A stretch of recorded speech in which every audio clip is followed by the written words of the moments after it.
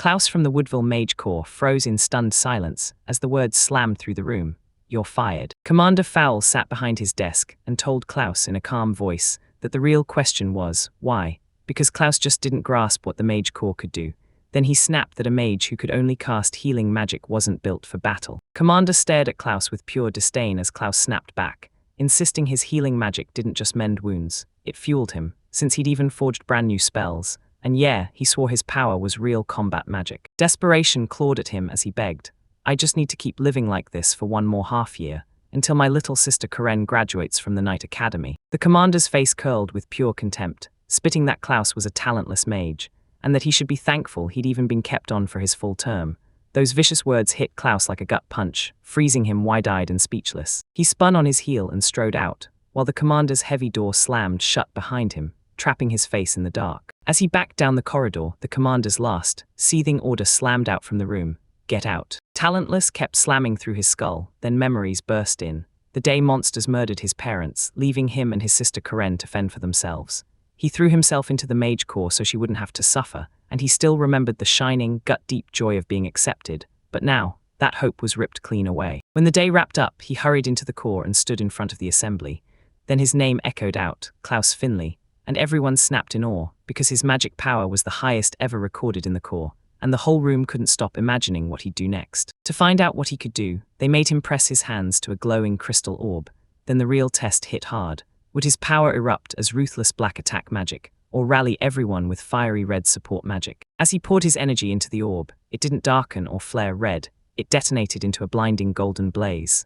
Commander Fowl froze at the shocking color and nearly snapped an order to him to dump even more power into the crystal. That overwhelming power finally erupted into 3 clear magical gifts: healing magic, ice magic, and fire magic. But that potential was a cruel illusion. Then reality hit him like a punch, because after all those massive magical reserves, the only spell he could actually cast was the most basic healing magic. That rule basically carved out his whole career. Commander Fowl announced Klaus's assignment right in front of everyone, and the other mages froze in disbelief. Klaus was being thrown into the infirmary, though the commander tried to calm them by promising his pay and supplies wouldn't be cut. After the announcement hit, he ripped the boring robe right off and flung it at Klaus. The commander snapped that someone so useless had no business with the red or black robes of a real mage. This plain garment was the evidence of his total failure. So for the next 5 years, that became his whole life, alone at the window, staring out and replaying every hardened attempt in his head. He'd hunted for ways to twist his healing magic into something that could fight, but every plan he brought up got ignored. No faction wanted him, and even from the very core he'd begged to enter with sky-high hopes, he was treated like an outcast. He bursts into the treatment room and announces he's back, but Tamara, the facility's head, cuts him off with a razor-sharp voice, firing questions at him and ordering him to hurry because an emergency is already underway. She points him toward a patient whose face is wrapped in bandages, and Rindami, who's named as the man, says the truth. She was attacked by a client at the brothel and left with a brutal burn. Even after first aid, he's terrified a scar will still cling to her. When Klaus finally sees how bad it is, he steps in and agrees to try healing her. He lays his hand over the woman's face, and a blazing sigil blooms on his palm as he chants the healing spell. Rindami can't believe what he's seeing, because he's never seen a pattern like that. Klaus bends in and asks the patient if she can hear him, then vows she'll make a full recovery. The spell's glow dies down, and he urges the woman to open her eyes. He remembers every lonely hour he spent studying, realizing he's watching his own healing magic in action. Her eyes go wide with shock as her reflection finally comes into view. She runs her fingers over her flawless, restored skin, and the look on her face says it all, pure relief, pure thanks, as she tells him, "I appreciate you." Klaus just beams, warm and steady, already savoring the one moment he lives for, pouring his magic out to make other people smile. Tamara cuts his satisfaction short by calling him out directly, admitting that she meant to keep things hush for Commander Fowl. But now it's impossible to deny that Klaus's healing power crushes her own, while the patient and Rindami nearby erupt in celebration over her miracle recovery. Rindami whips her gaze to him, eyes locked and voice steady, and demands to know what kind of magic could have done that in the first place. Then the answer yanks a memory right out of him. Commander Fowl from 5 years ago, drowning in lavish excess, burning the Corps' money for his own pleasure while he abandoned his duties. That memory hits Klaus like a cold punch. Now he finally gets it. Commander Fowl wasn't talking about someone else. He was pointing at Klaus, the so-called useless Corps member. While Klaus busted his ass every day, Fowl just messed around, pretending to care about the reports, then wasting the time like it was nothing. He whips back toward the treatment room, worry twisting his face, and blurts out to Tamara, "Why did the commander summon me?" Tamara clamps down on his arm, eyes blazing with frustration, and tells him she stayed quiet for way too long while he got played.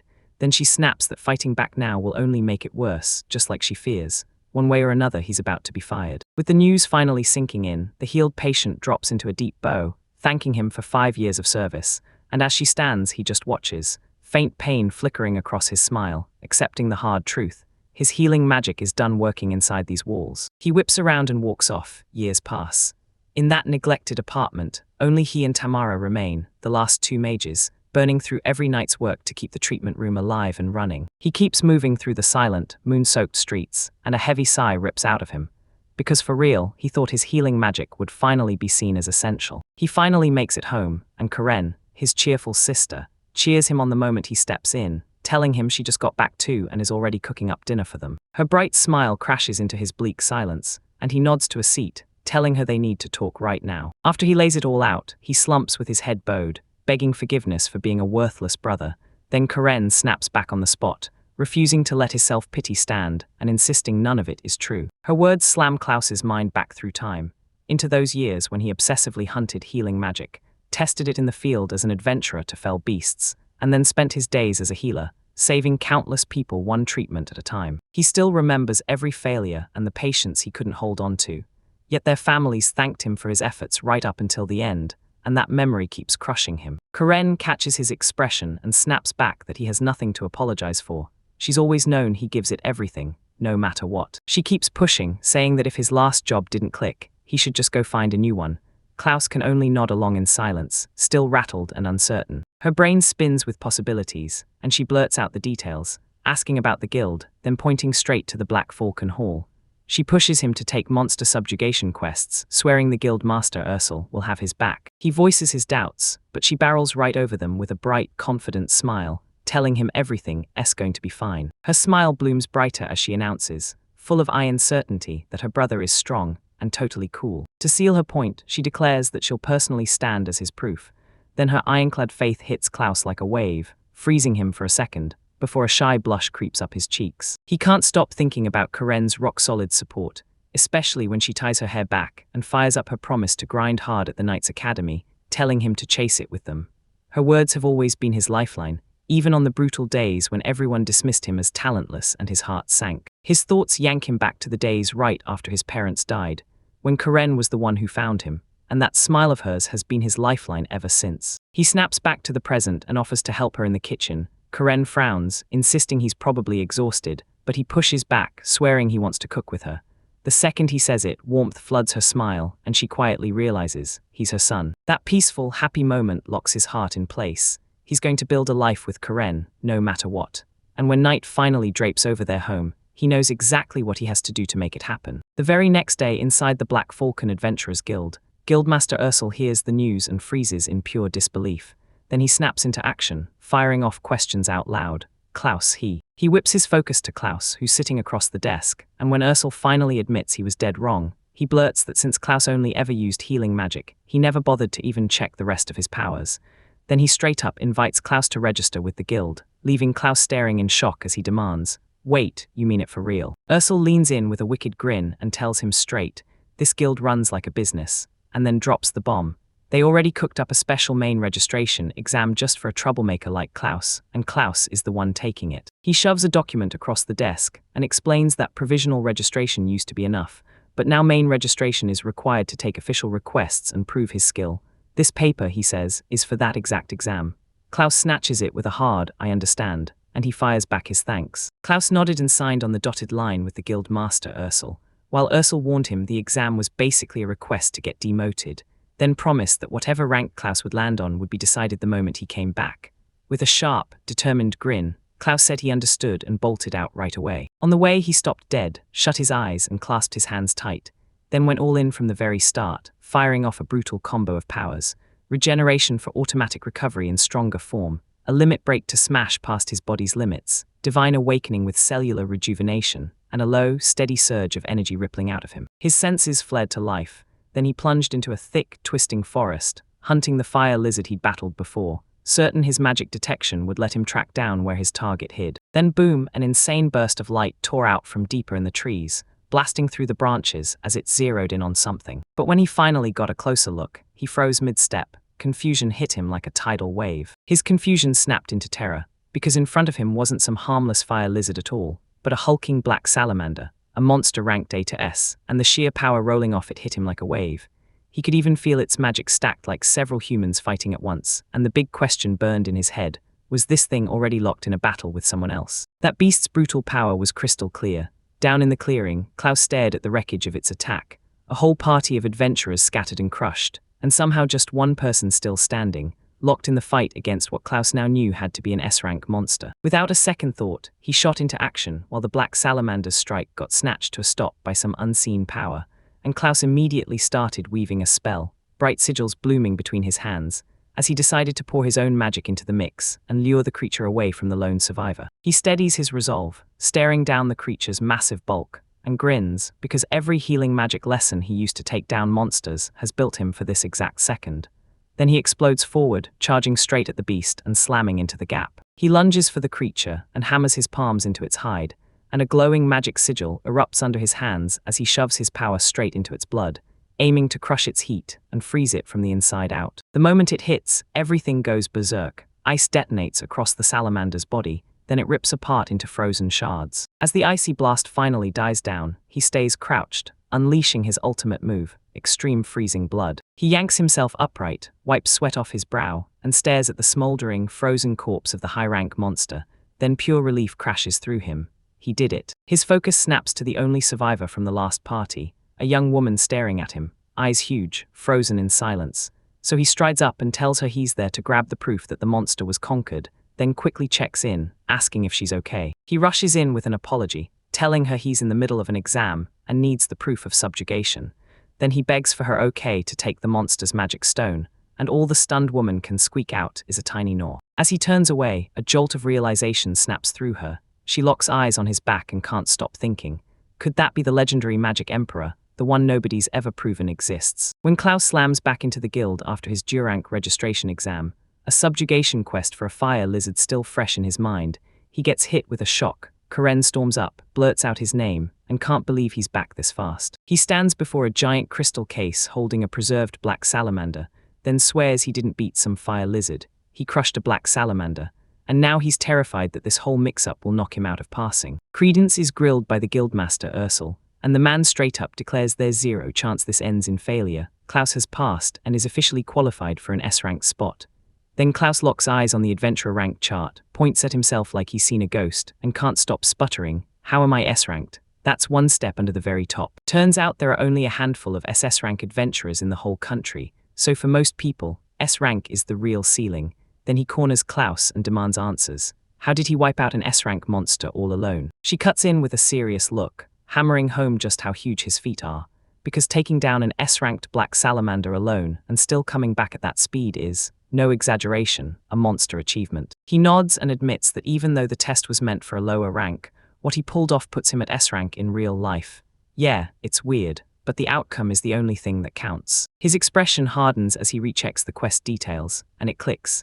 This was a black salamander all along, meaning someone fed him fake info on purpose. Now he's terrified. What if other adventurers already stepped into a deadly trap, and the whole mission was nothing but a setup? Klaus pulls away from the counter and heads down a long, silent hallway by himself, haunted by the truth. Back at Magic Core, they patted him on the back here, then turned around and called him talentless, refusing to even hear a word he tried to say. Before the guild master, Ursel and Karen, who watched him like they were reading his thoughts, Klaus leaned over the registration book and asked what he was supposed to put for his profession, then blurted out whether magic swordsman was the wrong pick.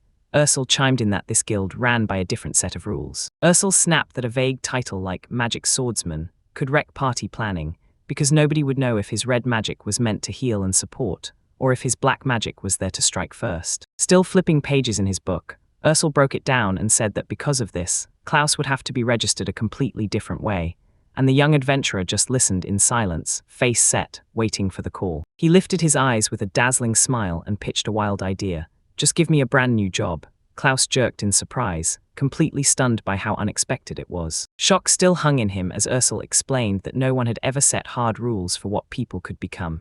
And he even remembered how back when he was a real adventurer, the magic swordsman class simply didn't exist. He threw out an example. Aaron, the current leader of the Holy Knights, started life just listed as an ordinary knight, until his holy attribute exploded with power so insane it became his calling card, carving his reputation and deciding exactly who he would be. Ursula clocked the truth right away. The blue mantle wasn't just armor, it was healing magic, and she couldn't shake the question of why a holy knight would have power like that. Klaus's eyes widened a notch the moment the implication hit. Then it hit him, he hadn't just mastered healing magic, he discovered something straight up unheard of for his old life. Ursula pounced on the moment and offered him a fresh title, Blue Magic Swordsman ***. Karen jumped right in, saying the name fit him like a glove, and with that steel in his spine, Klaus nodded, formally requesting to be registered under his new profession. He stares at his brand new guild card, and pure validation hits like a wave. Then, after being told to grab his supplies, he realizes the same profession he once mocked as proof he was incompetent is now his, fully and uniquely his. The moment he steps outside, Karen's bright, cheerful smile hits him.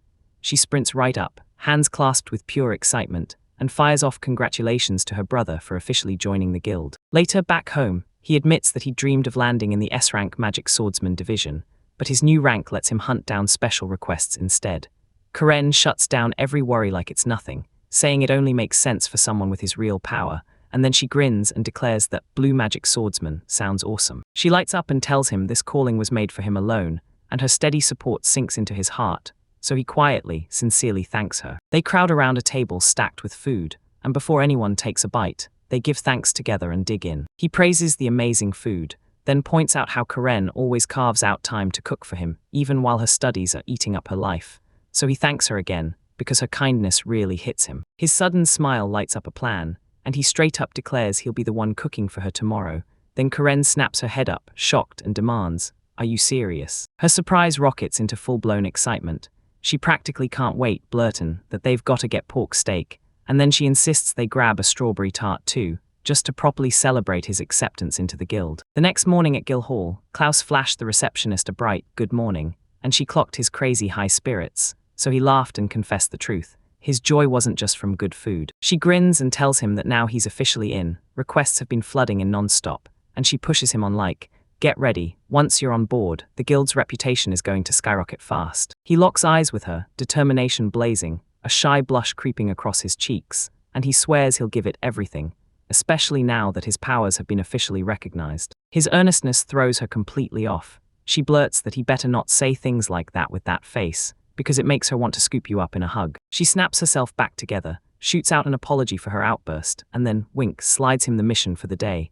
Only S-rank adventures, and it totally blows him away. They're hunting an adamantite, an insane magical beast with a shell so hard it feels unbreakable, defenses that barely budge, and brute strength that hits like a wrecking ball, calling it up on Crane Mountain, west of the capital. Crane Mountain's force is crushed. Adamantite is finally down for good.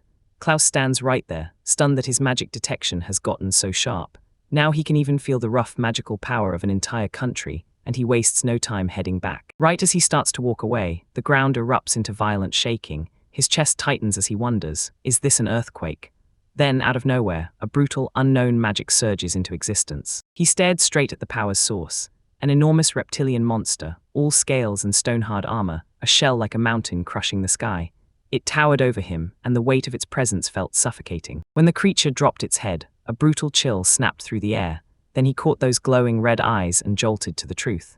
This wasn't just any adamantine monster. The beast ripped the air apart with a deafening roar, wider, stronger, unstoppable, and panic slammed into him as he wondered how on earth he could possibly fight something that powerful, feeling completely outclassed. Then it blasted a brutal wave of icy air from its mouth, freezing the ground around him in an instant. He jerked back, gasping at the biting cold. He stared at the wreckage in awe, shocked by just how unstoppable that magical beast was, and he knew if he didn't stop it right now, the town nearby was doomed. Right before he could even think up a plan, the beast exploded forward and slammed its massive body into him, jarring impact and all. Yet inside that shock, something divine ignited, awakening in him. As his consciousness started slipping away, he spotted the creature lining up its next attack, and he knew he had to strike right then, or it would all be over. He dropped to his knees, poured every last scrap of power into a high-heel spell, and forced his magic circuits to unlock. Then a brutal surge of energy tore through him as his hands ignited with glowing light. His mind started to unravel, the world dimming like someone was cutting the lights,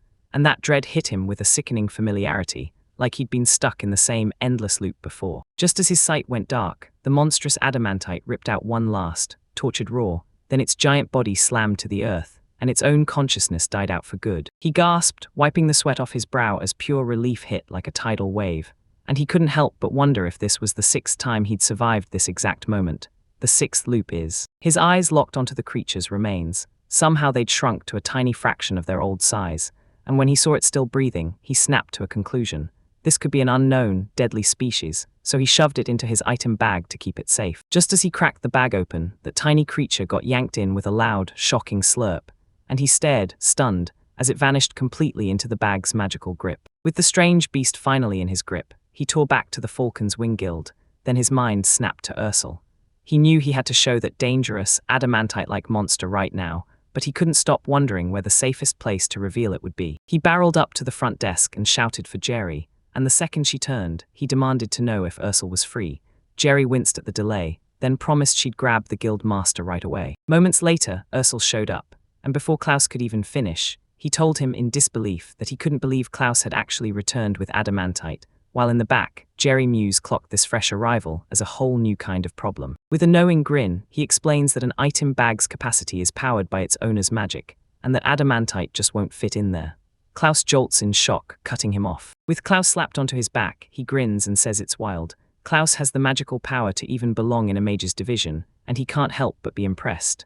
Then Klaus, completely flustered, blurts, "Okay, where do I drop it?" Ursel suggests they ditch the castle and charge straight for the plains, just outside the walls. Moments later, Klaus crouches with his item bag pried wide open, and right as Ursel yells his name, a deep, ominous rumble spills out from inside. From the bag, the creature bursts out, and Ursel freezes in total disbelief. Then he blurts that it has to be a brand new species of adamantii. Klaus, dripping sweat, begs him to wait and wonders if any of this can even work. Then Ursel's face turns cold as stone. He snaps that Klaus is talking to him, Ursel, before blasting the truth. That creature is absolutely a monster. Then, as it swells into a massive giant behind him, he finally drops the truth. This isn't some random monster at all.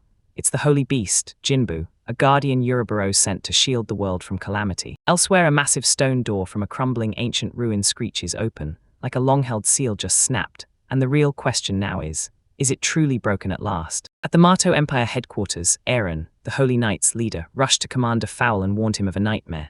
Healing magic is failing, recoveries are dragging on for way too long, and some people can't be healed at all anymore. Fowl only shrugged, snapped that it wasn't his problem, and told them to deal with it in the treatment room. He slumps at his desk, grumbling that he's drowning in work and snarling why the red mages are slacking, until the door explodes open and a subordinate storms in, yelling that it's an emergency. A desperate man bursts in with his urgent report. Monsters are massing right outside the royal capital, ready to swarm. Powell's dismissive attitude snaps away, and pure, wide-eyed shock slams into him as he finally processes the grim news. Meanwhile, way out on the horizon, Klaus stared at a monster so huge it made the world look tiny, and when he blinked and muttered, "Yep," he confirmed it. The holy beast Jinbu was right there. That great beast, eye opens. When it roars, its voice is ancient and thunderous, proving it's Jinbu, one of the holy beasts guarding the world of being from the legends of Ouroboros. Ouroboros lights up Klaus's memory. He snaps his head toward the two kids. The girl blurts that her mom used to read her a picture book about the demon emperor, and the boy jumps in, saying it was straight up awesome. Klaus freezes, because he suddenly remembers that exact story. The picture book's story detonates inside his head. Back 1,000 years ago, humanity cowered in terror of monsters, and to save the world, the heavenly demon emperor hurled himself on a mission to smash the evil dragon, Ouroboros. After a brutal quest, he finally stood face to face with his enemy, and that memory locks onto a single image. A mother reading the tale to her kids, their tiny silhouettes swallowed by the towering shadow of the dragon. They replay the ending. When the demon emperor couldn't lay waste to the mighty dragon Ouroboros, he snapped into a new plan. He sealed it away. He drove 4 colossal seals into the land's 4 cardinal directions, then commanded the 4 holy beasts to stand guard there forever. The legend's weight crushed down on his mind. Then the deer-like creature in front of him spoke, its voice booming with ancient power, and confirmed it was Jinbu. Klaus just stared, eyes bulging in total disbelief at the. Ursel's frantic scream tore the moment apart. Why isn't it dead yet? And Klaus stayed ice calm, saying he wasn't just waiting, he was actively cutting off the creature's magic. He slammed his hands onto the beast, and kicked off a forced magic spell, and a brilliant web of power blazed between his palms as it opened. The beast morphed into a hulking turtle, then Ursel snapped everyone into the story. When they first found Jinbu, it was wrecked, staring back with those eerie red eyes, and the jewel on its forehead was pitch black. He said they hauled in top-tier magic stones, and that's what finally pulled it back to this. When Ursel started talking, Klaus caught the jolt. Those Jinbu eyes were born black, which meant the color shift had to be tied to something huge, and the Guildmaster's raw, shaking fury screamed that he'd just walked straight into something terrifyingly serious. Then it hit him, pure clarity, like a wave crashing through his soul. Jinbu, and it wasn't luck at all. The holy beast had been the one who repaired his shell. Like it heard his thoughts, the colossal turtle whipped its long, serpentine neck around, and its wise eyes locked onto his silent look of gratitude, as if the moment itself answered back. He froze in disbelief and blurted that the creature had actually talked, then spun to Ursel with eyes huge and trembling, asking if holy beasts could really speak. Right before Ursel could even breathe out an answer, a voice slammed straight into Klaus's mind. Jinbu, the holy beast, confirmed it could be heard and demanded to know his name. He froze when he realized that voice wasn't just heard. It poured straight into his head, and after he steadied himself, Klaus Finley introduced himself. Right beside him, a worried Ursel asked if he was okay, and Klaus snapped back that everything was fine. The holy beast tossed out a heartfelt apology, saying it had to rush back home because its sister was waiting, and if Klaus truly wanted it as his master, then it would follow him anywhere. Right as it finished speaking, that huge godlike body lit up and collapsed in on itself, shrinking into a tiny, palm-sized turtle, leaving Klaus completely stunned. Ursel stared in shock because Klaus wasn't just talking, he was actually holding a real conversation with a holy beast. Ursel snapped to action, knew this had to be reported, and told herself they'd better hurry back to the guild. He even swore to Klaus that the holy beast was fine, then handed it to him like a promise. So with a weird little jolt, Klaus swallowed hard and took on the responsibility. Later, in a still little room, the small turtle wriggled on its pillow and blinked awake, eyes opening wide. It shot its gaze at Klaus, sitting nearby in his simpler clothes now, and the holy beast leaned in, asking if he was okay, then sharply worried when it realized he hadn't touched a single bite. He cradles the tiny creature in his hands and leans in, listening like his life depends on it, and the holy beast, Jinbu, finally confesses it's been scared to death about his stomach, a weird, uneasy feeling it's never even known before.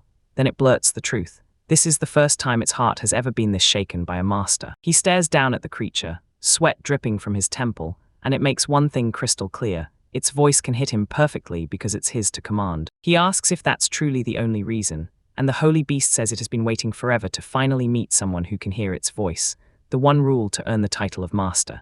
Then it declares Klaus is that person, and after a beat of realization, Klaus grins and asks if that means he can call it master all the time. The creature snaps that it's had only one master since the beginning, and it refuses to change that truth. Then it bears a brutal memory. It was torn away from its last master hundreds of years ago. He finally gets it. Master wasn't just a title. It was because he healed what was broken. The holy beast looks back on its old master like he was pure magic, and when Klaus gets hit with that creature's warm, gentle aura, he instantly panics, blushing and scrambling for answers about how their bond even works. He turns the conversation on a dime and demands to know why the holy beast went on a rampage in the first place. The creature snaps the truth to him.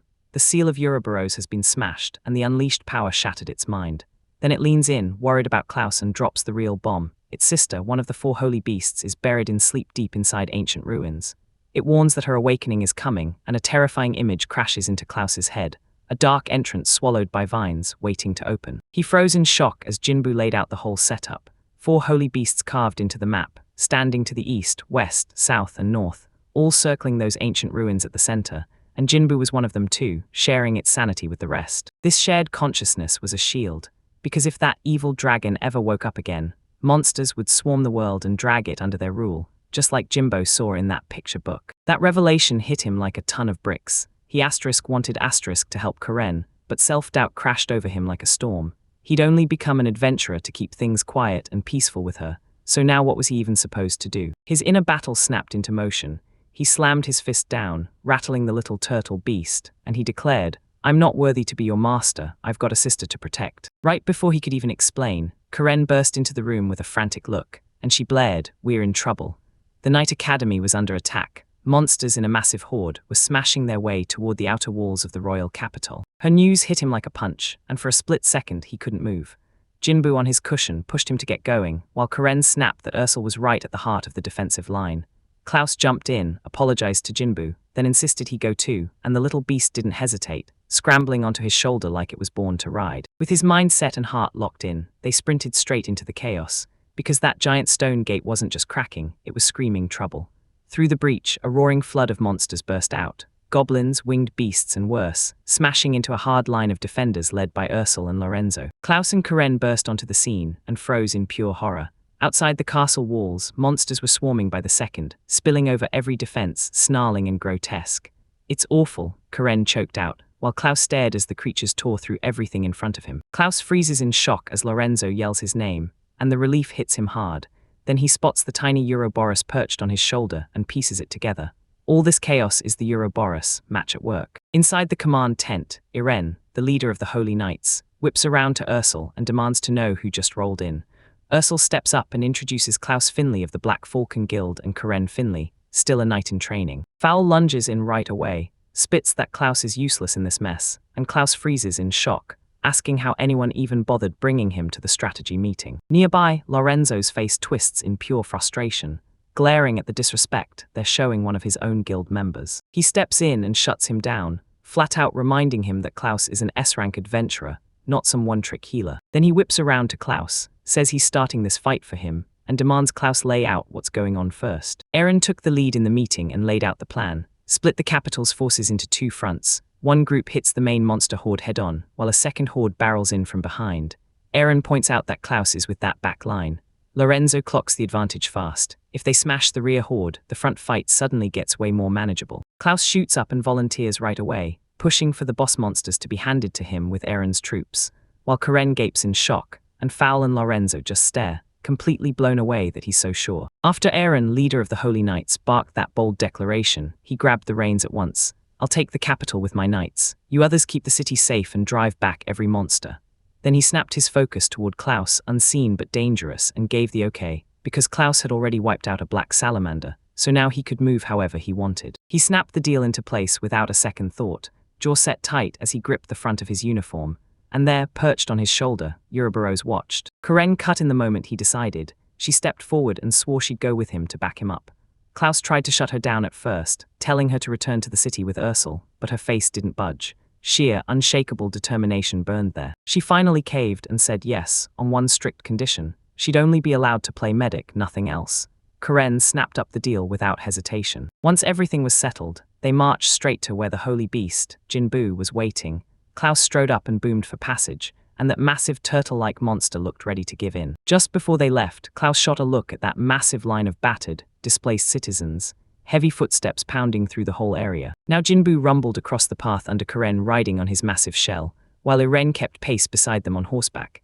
Then Klaus snapped to a stop, slammed his hands onto the shell, and a glowing magical sigil started to bloom on the ground beneath them. A sigil burst open and unleashed a tidal wave of power, perfect heal, spreading in a huge circle that swept over the injured like a calm, living tide, restoring them with gentle, healing life. His spell swept through the crowd, sparking like pure starlight and dropping everyone into stunned silence.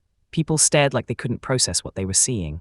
One guy, wounds vanished from his body, demanded proof that he'd really been healed. Another couldn't stop gaping at how massive the magic was, stunned that so many could be fixed at the same time.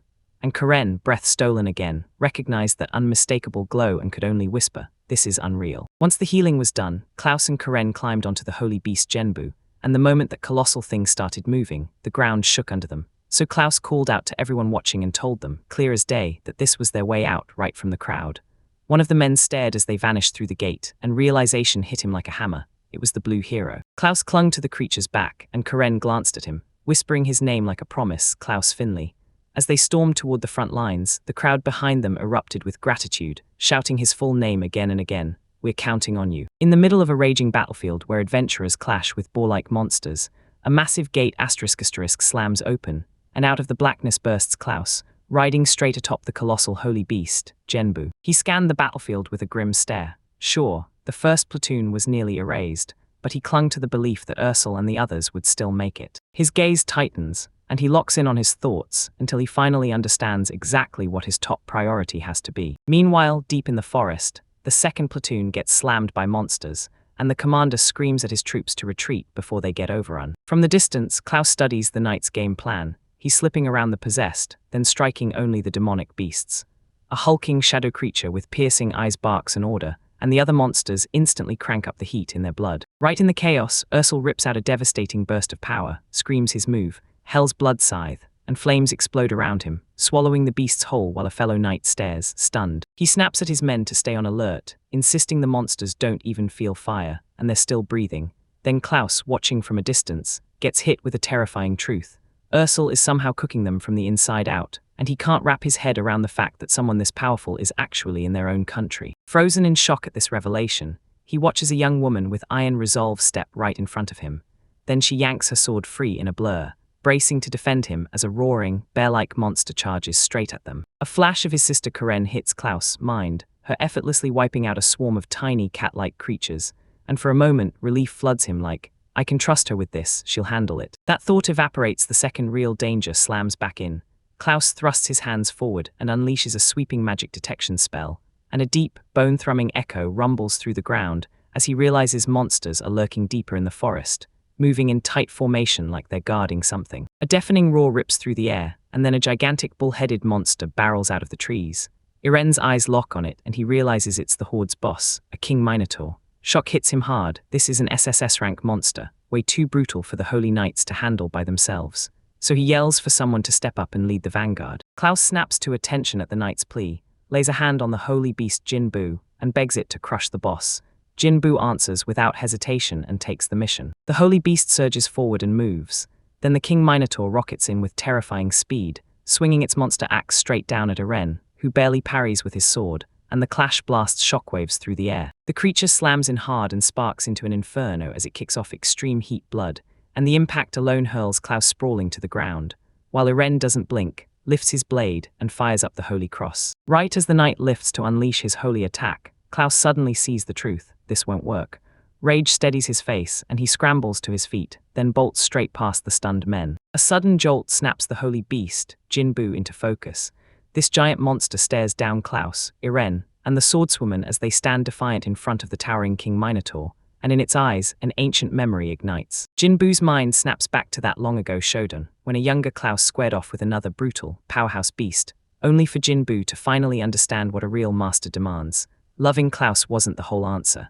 He'd been thinking it for ages, that if you can't shield your people, you're not fit to lead, though he'd never said it out loud. He remembers that kid's unwavering stare. Every time, he put everyone else's safety first, fighting on with zero fear for what it might cost him. Back then, right in that moment, Klaus slammed down on his head. No words, just pure intent, and Jinbu clocked it instantly. So that's Lord Klaus. Then the devastating power finally hit, unleashed with a whispered name, and fueled by extreme, frigid ice blood. That icy blast didn't hit the enemy. It smashed straight into Jinbu's horn, obliterating it on the spot, and right then the holy beast finally got it.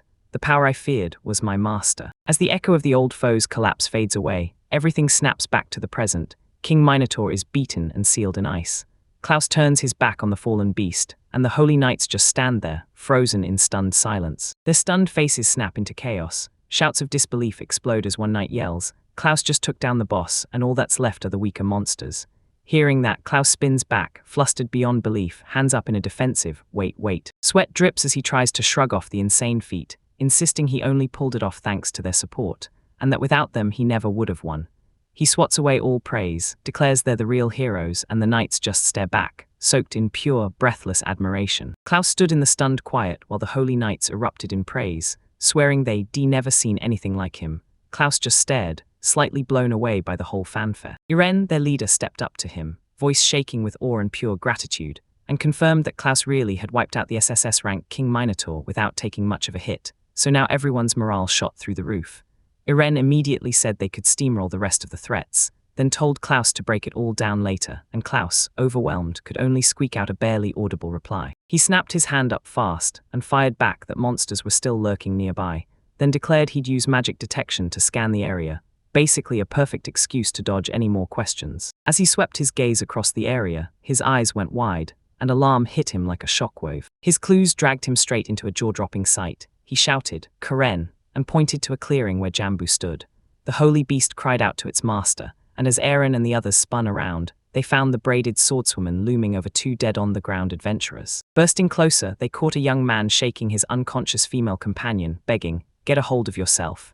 And in the distance, Klaus and Jinbu sprinted toward them, Klaus screaming the girl's name in panic, Karen. He dropped to his knees beside the fallen girl, Karen, while the braided swordswoman snapped the whole story. Karen had shoved her out of a monster's strike, but the cost might have been poison, and as she talked, a gentle glow started to spill from Klaus's hand. The healing glow swelled into a blinding surge of restorative energy, swallowing Karen whole, and the braided swordswoman just stared in shock as Klaus calmly declared she was completely recovered. Then inside that magic tide, Karen's eyes finally fluttered open. Then he snapped his focus to the other adventurer, the braided swordswoman, who winced like it hurt worse than before. She gripped her leg, and her face fell as the healing magic proved it wasn't working. He stared on, and the horror hit. His face tightened with a brutal realization. Even his own insane healing wouldn't work, because this wasn't just an injury, it was a curse. Elsewhere, Karen, the other adventurer, finally let out a breath and clasped her hands tight, tears of relief in her eyes, telling Klaus she'd owe it all to him, because now her father could rest easy at last. Seeing that curse hit Klaus like a gut punch, yanking him back to his days in the Major's division, when he once diagnosed a patient with the exact same affliction, and still couldn't do a thing to stop it. He remembered how brutal it gets in the final stages. The curse steals your life by turning your body to stone, leaving only one outcome: death, and now dread hit him hard, because it was the exact same curse haunting Karen's companion. Back in the Mage Division's treatment room, Klaus stood guard over the unconscious swordswoman, and then Tamara, the facility's head, stormed in with a heavy tome under her arm, telling him she'd been digging into this case ever since the other adventurer with the same symptoms finally died. She flipped the book open and stared at a twisting, dragon-like beast on the page, and when she said Ouroboros, is that tied to the curse? Tamara nodded, explaining that pieces of sealed ancient ruins were smashing loose and tearing through people all around them. Her research proved it, and once a person got bitten by a piece of Ouroboros, a black, curse-like mark would start crawling across their body fast. Klaus whips around to the holy beast Jinbu and demands to know what he knows. Jinbu, a little turtle, throws out a quick apology, admits that even though they're sealed tools they can't read the Ouroboros seal, then straightens up and thanks him, promising Klaus that he's totally fine. He jolts to the truth: Stampede's revival isn't random. The swordswoman did it as a warning, proof that pieces of Ouroboros were already stitched into it, and that's when he realizes he's been played, and everything after that. Kamara finishes her thought with a grim stare, and she tells everyone, just like the other adventurer, that sword-wielding woman is probably about to start slowly turning to stone. Her words slam into Klaus like a nightmare, and Tamara estimates the woman has only about 2 years left, just enough time for Klaus's mind to spiral, racing straight to his sister, Karen. He stares at Tamara, clinging to any scrap of hope, but she shuts him down fast. No cure is known. Then she lays her hand on a book, and somehow, a tiny crack of possibility opens up. She tells you there are records dating back 200 years in St. Folia's neighboring land, where a saint from there shattered the Ouroboros curse and pulled it off for real. While the swordswoman finally catches her breath, Jinbu leans in and says the saints of St. Folia have guarded the Ouroboros seal for generations, so he's betting this new saint might just know how to end the curse that keeps flicking Karen. With resolve like steel, Klaus vows he'll head to St. Folia. Then he pivots to leave, but Tamara yells, "Wait." She tells Klaus that the saint of St. Folia isn't the kind of person you just bump into. Klaus shrugs it off, smiles, and cheerfully asks her to reach out to her contacts, then vows to wait a few days. Before she can even reply, he hands her a bright, sincere thank you for helping him. Then he snaps that he'll dig into his own blue magic while they wait, but Tamara cuts in like a blade, warning him not to do anything rash. His resolve snapped into steel, right as the braided swordswoman made her solemn vow to him, and Klaus, mind locked onto one thing: break the Ouroboros curse. Before Klaus can even react, a massive salamander-like beast erupts in blazing flames, and right beside it, a young woman with long dark hair stares in raw shock, realizing this is the very person she's been hunting, the one with that special golden magic, and she can't believe he's standing here in front of her. Her mind whirls after the guild's news. The King Minotaur is down, smashed during the stampede, and she came here on a mission, swearing she'll track the culprit, the one she points to, the Demon Emperor. As her thoughts spin faster, Klaus, half hidden behind his own face, leans in and asks if she's okay, even saying someone like her could actually save the whole world. Klaus shakes off the encounter and strides through the Mage Guild's treatment facility, jaw set and eyes hard, because he knows he has to find a way to break Karen's curse. Solo footsteps tap-tap down a silent hallway, each one echoing like it's hunting him. Just as he's in the middle of it, a voice rips through the air calling his name: Aaron, the Holy Knight's leader. He storms up to Klaus, eyes full of worry, demands if Karen's okay, and reveals that Tamara already filled him in on everything. He peeks into the next room, and the look on his face crumples with sorrow, because the braided swordswoman lies motionless in bed, and right beside her head sits a little turtle-like creature, like it's guarding her dreams. Aaron's voice drops as he notes she's still asleep, and then he turns to Klaus and warns him not to push himself too hard, not for his sake, for Karen's. Seeing Klaus wiped out and exhausted, Aaron shoves a warm wrap into his hands, says he probably hasn't eaten, and invites them to share the meal. Klaus just nods, quiet and grateful, and mouths his thanks. Aaron and Klaus sat shoulder to shoulder at a tiny table, and Aaron got straight to it. This wasn't about Karen's condition. With eyes locked on him, he demanded to know why Klaus got kicked out of the Mages Guild. He talks to Aaron and admits that in the toughest moments, he couldn't see the truth right in front of him. So Aaron pushes harder, shocked that someone this brilliant got thrown out. He finally blurts out the truth of his situation. They label him worthless since all he can do is healing magic, so they cut his pay to half of everyone else's, and Aaron's left reeling, shocked he can't wrap his head around how Commander Fowl could treat someone this gifted, especially after he saved so many lives. Their heated debate gets yanked to a stop by a shaky groan from a nearby bed.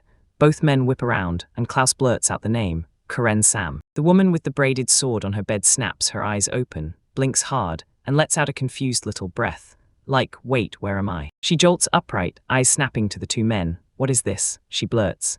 Klaus stays cool and tells her she's in the Mages Guild's treatment room, then asks how she feels, but before she can answer, her gaze locks on something on her own arm. As she glares down, fear swells in wide eyes, and Klaus' grim voice cuts through, telling her it's a curse. Her eyes lock onto a dark, spiraling mark now seared into her forearm. Klaus tells her it must have happened when she risked everything to protect someone in the chaos of a battle.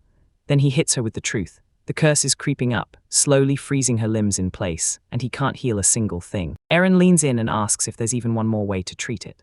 Klaus answers that Tamara slid him some materials about a healing linked to St. Folia, but he doesn't know much, and he can't promise a shred of hope. The moment he realizes it, his expression snaps with pure anguish, because in his head, he's screaming that all his blood, sweat, and hard work were only meant to shield Karen. He stands by her bedside, drowning in the crushing thought that he failed when it mattered most, and from the bed Karen speaks softly back to his silent despair. Her voice snaps him into motion, begging for forgiveness and calling himself a pathetic brother, and the brutal self-hate hits her so hard her eyes widen, just a little. Her shock melts into a bright, calming smile. She shoots upright, saying she's totally fine and that she can move just fine, leaving Klaus and Aaron staring in pure disbelief. He freezes on the spot, mind blank, and all he can do is gasp her name, Karen. While he's still trying to make sense of it all, Aaron steps in and reminds him, Karen saved a ton of his soldiers. The Holy Knights leader swears he'll cooperate fully and insists they talk calmly, and even Klaus, still reeling, finally manages to thank him. Karen cuts in, her voice soft but steady, as she looks her brother in the eyes and tells him she's okay, then urges him to go home. To drive the point home, she clasps his hands in hers, keeps that steady, reassuring smile locked on him, never once wavering. Her resolve hardens like steel. She sets her sights on the Saintess and throws herself into deeper research, determined to unlock new healing methods. Tears poured down her face as she stared at Klaus, and he locked eyes with her, refusing to waver, hands clasped tight in front of him as he swore with his whole heart that he would be the one to cure her. And even through the shaking tears, she nodded back, insisting he had to. You let out a quiet, thoughtful sound of agreement. He slid beside her bed, clasped her hand tight, and the curses twisted. Shadowy patterns stared back like a brutal reminder of the pain they'd been trapped in together. Several days dragged by, and Klaus dropped to his knees in front of Karen, telling her he'd been running experiments ever since that day, trying to crack a cure for her. He broke down his theory and said that if her curse, magic, and his power were really mixing, then he could risk using his spell straight on it. Karen snapped that he was right, because she only felt a faint tingling, with nothing major happening. He kept going, but then she suddenly gasped, her face twisted with sharp pain. She choked out an apology and admitted this time it wasn't just numb, it was agonizing, a dead giveaway the attempt was slipping away. Even with his daily research, they were getting nothing good. That crushing failure left Klaus reeling, helpless as a storm. He didn't know what to do next, and the worst part, Amara still hadn't said a word.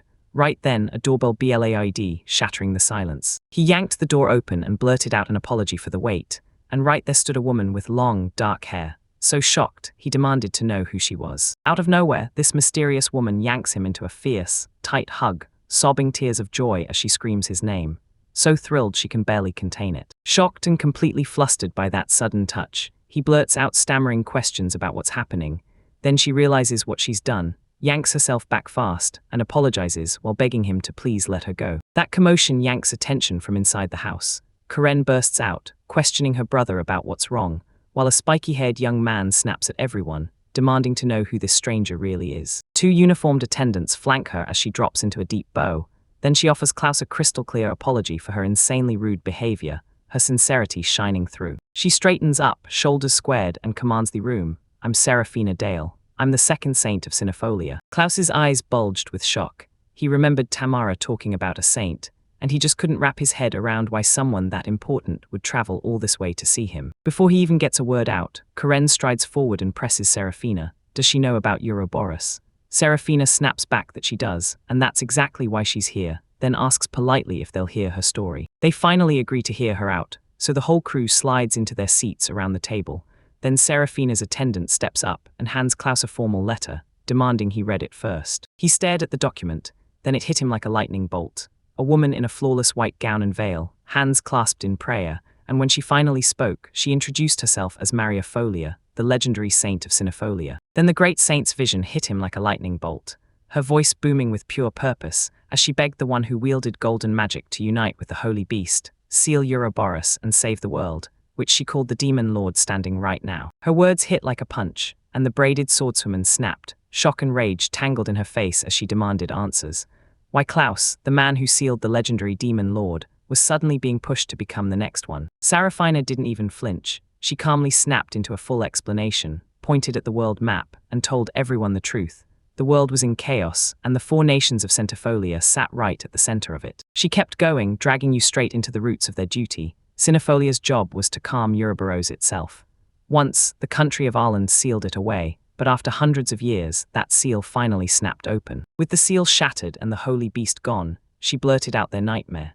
Every time Ouroboros breaks loose, they must hunt down someone who carries the same golden magic as the first sealer. Only then can they trap it again. Laos swallowed the shock and demanded answers. Was the saint really here to guard the seal of Ouroboros? The braided swordswoman didn't let it go, firing back fast. Was that why they dragged themselves all this way? Serafina nodded, confirming he got it. And then she dropped the bombshell. Her nation uses special crystals that can track the demon lord's power anywhere in the world, and right now, they're actively hunting for him. She thrusts a glowing pendant into Klaus's hands, urging him to pour a tiny spark of his magic into it. He's frozen in shock, remembering that magic aptitude test from 5 years ago. While everyone else's power burst out as red or black, only he was marked by a glowing golden light. Serafina nods and tells him, "This is exactly who we needed," revealing that the pendant they handed him 2 weeks ago is the trail that finally led them to him. That realization slams into him like a lightning bolt, and his mind races. Did he just inherit the demon lord's power? Serafina snaps out his wrong assumption on the spot. She swears he isn't the demon lord, and then, as Klaus, she pleads with him to help them seal Ouroboros one more time. His mind snaps to another emergency. He tells them they've still got to cure the curse wrecking his companion, and he knows they already know it.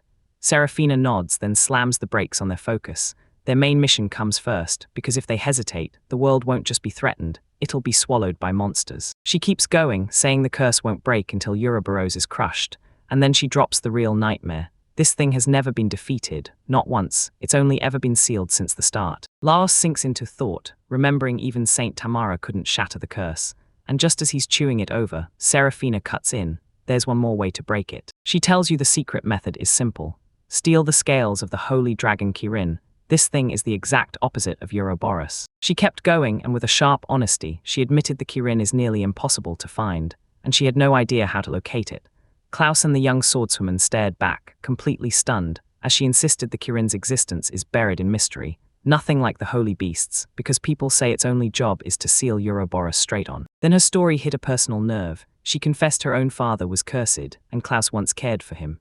Back then, her mother sprinted out to find Kirin and rescue him, but she never came back. Klaus's eyes snapped wide with shock because that untreatable patient memory clicked in, and it wasn't a stranger at all. It was her father. Her gloomy face shattered into a bright, determined grin, and she swore that things had flipped. She turned into a saint, while Klaus was the demon lord, and with their combined power, she was sure they'd find a cure. The sword-wielding woman hesitated, then nodded softly.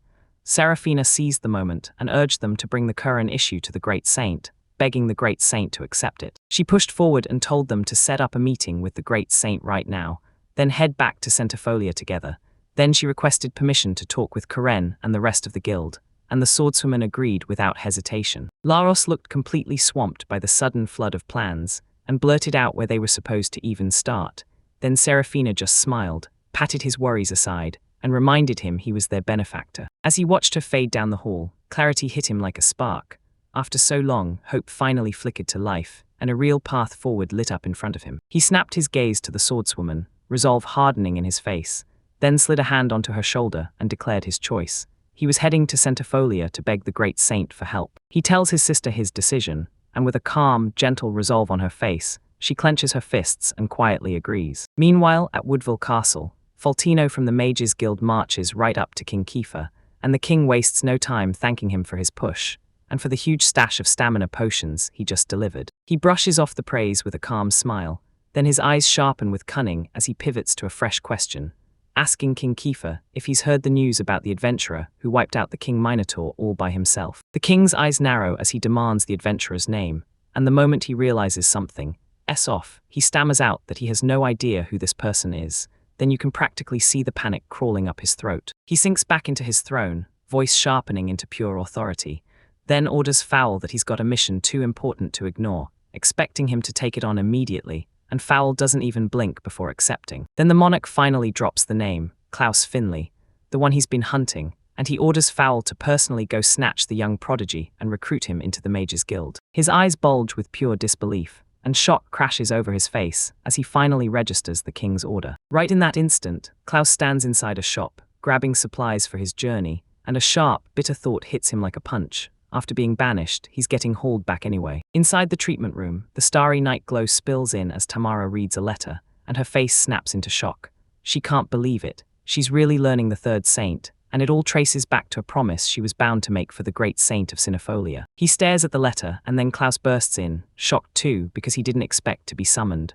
Tamara spins toward him, clutching the wax-sealed envelope, and confirms it's the exact letter she was told about. His expression tightens as the words sink in, and that one phrase keeps pounding in his head, like he's meant to help the person he's become. Thanks, but Tamara locks eyes with a knowing look and says it's obvious.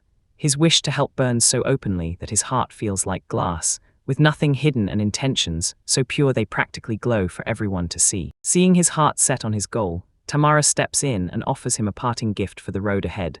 Then she tells him, "I've got a story to share with you." Divine reels backward into a brutal memory, remembering the day a magical beast crushed her, so vicious she couldn't even raise a fight.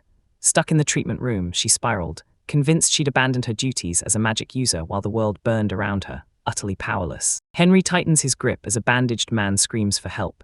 And right then, a much younger Klaus charges forward, promising a seated patient, "Leave it to me."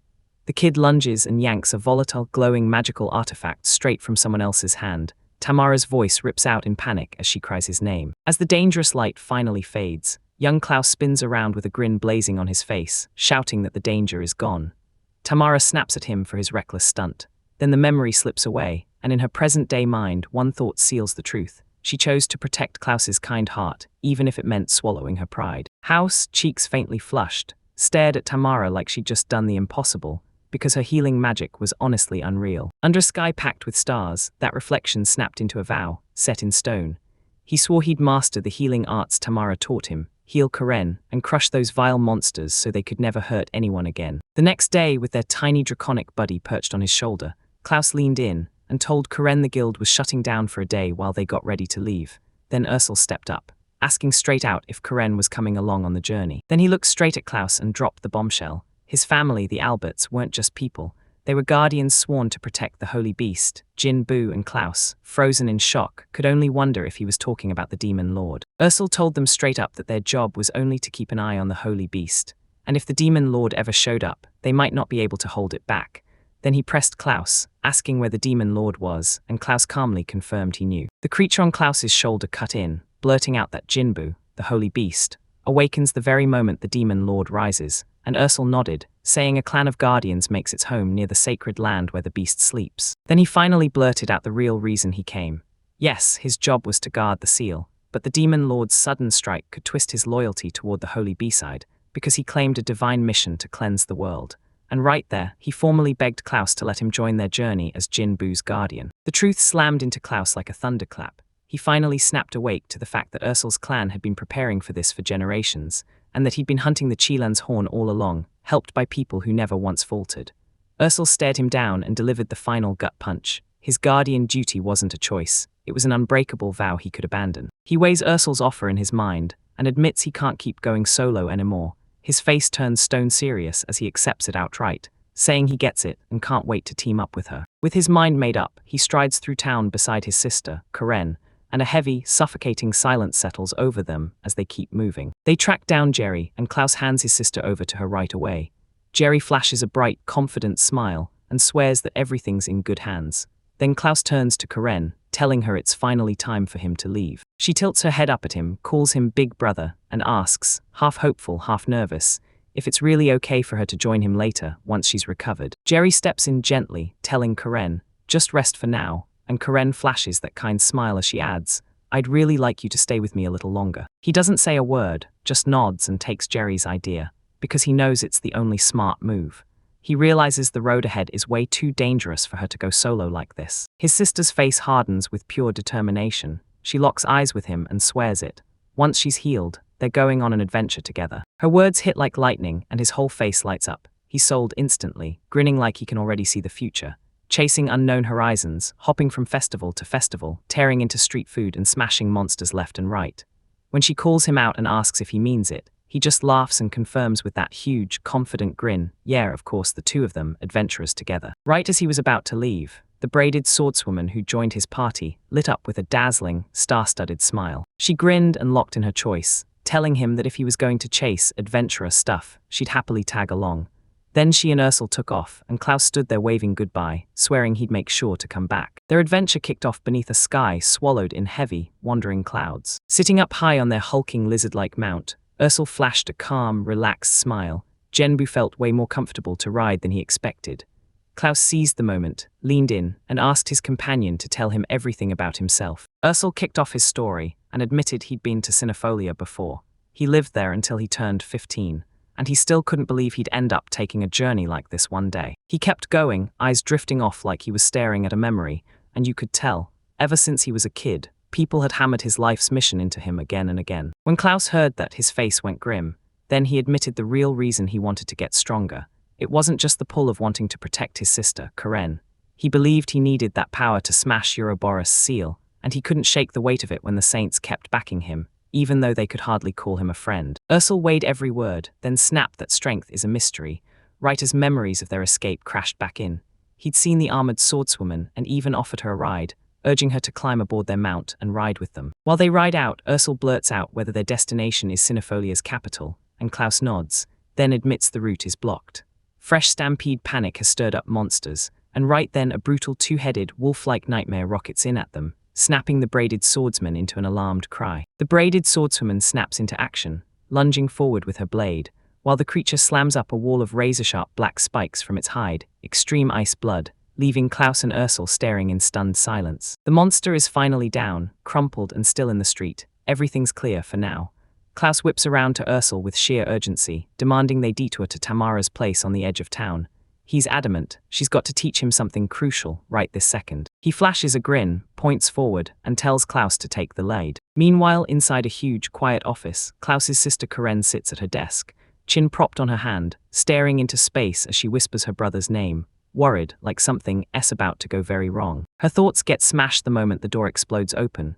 Commander storms in, face twisted with rage, and barks if Klaus Finley is here. He slams his fist on the reception desk, snarling for Karen's name and business, then dismisses her as just a cheeky receptionist and barks at her to bring Cloud Stammer over. She rises, eyes hard with defiance, and clamps down on Foul's arm with shocking strength, then tells him she has nothing to say to someone without manners or common sense, and commands him to believe. She doesn't hesitate, she snaps her hand shut on Commander Foul's, and cold power rips out, freezing his fist into jagged ice in an instant. Her hand erupts in an icy glow, and she grins like she knows a secret that'll freeze you solid. Foul yelps and scrambles back as the cold bites hard.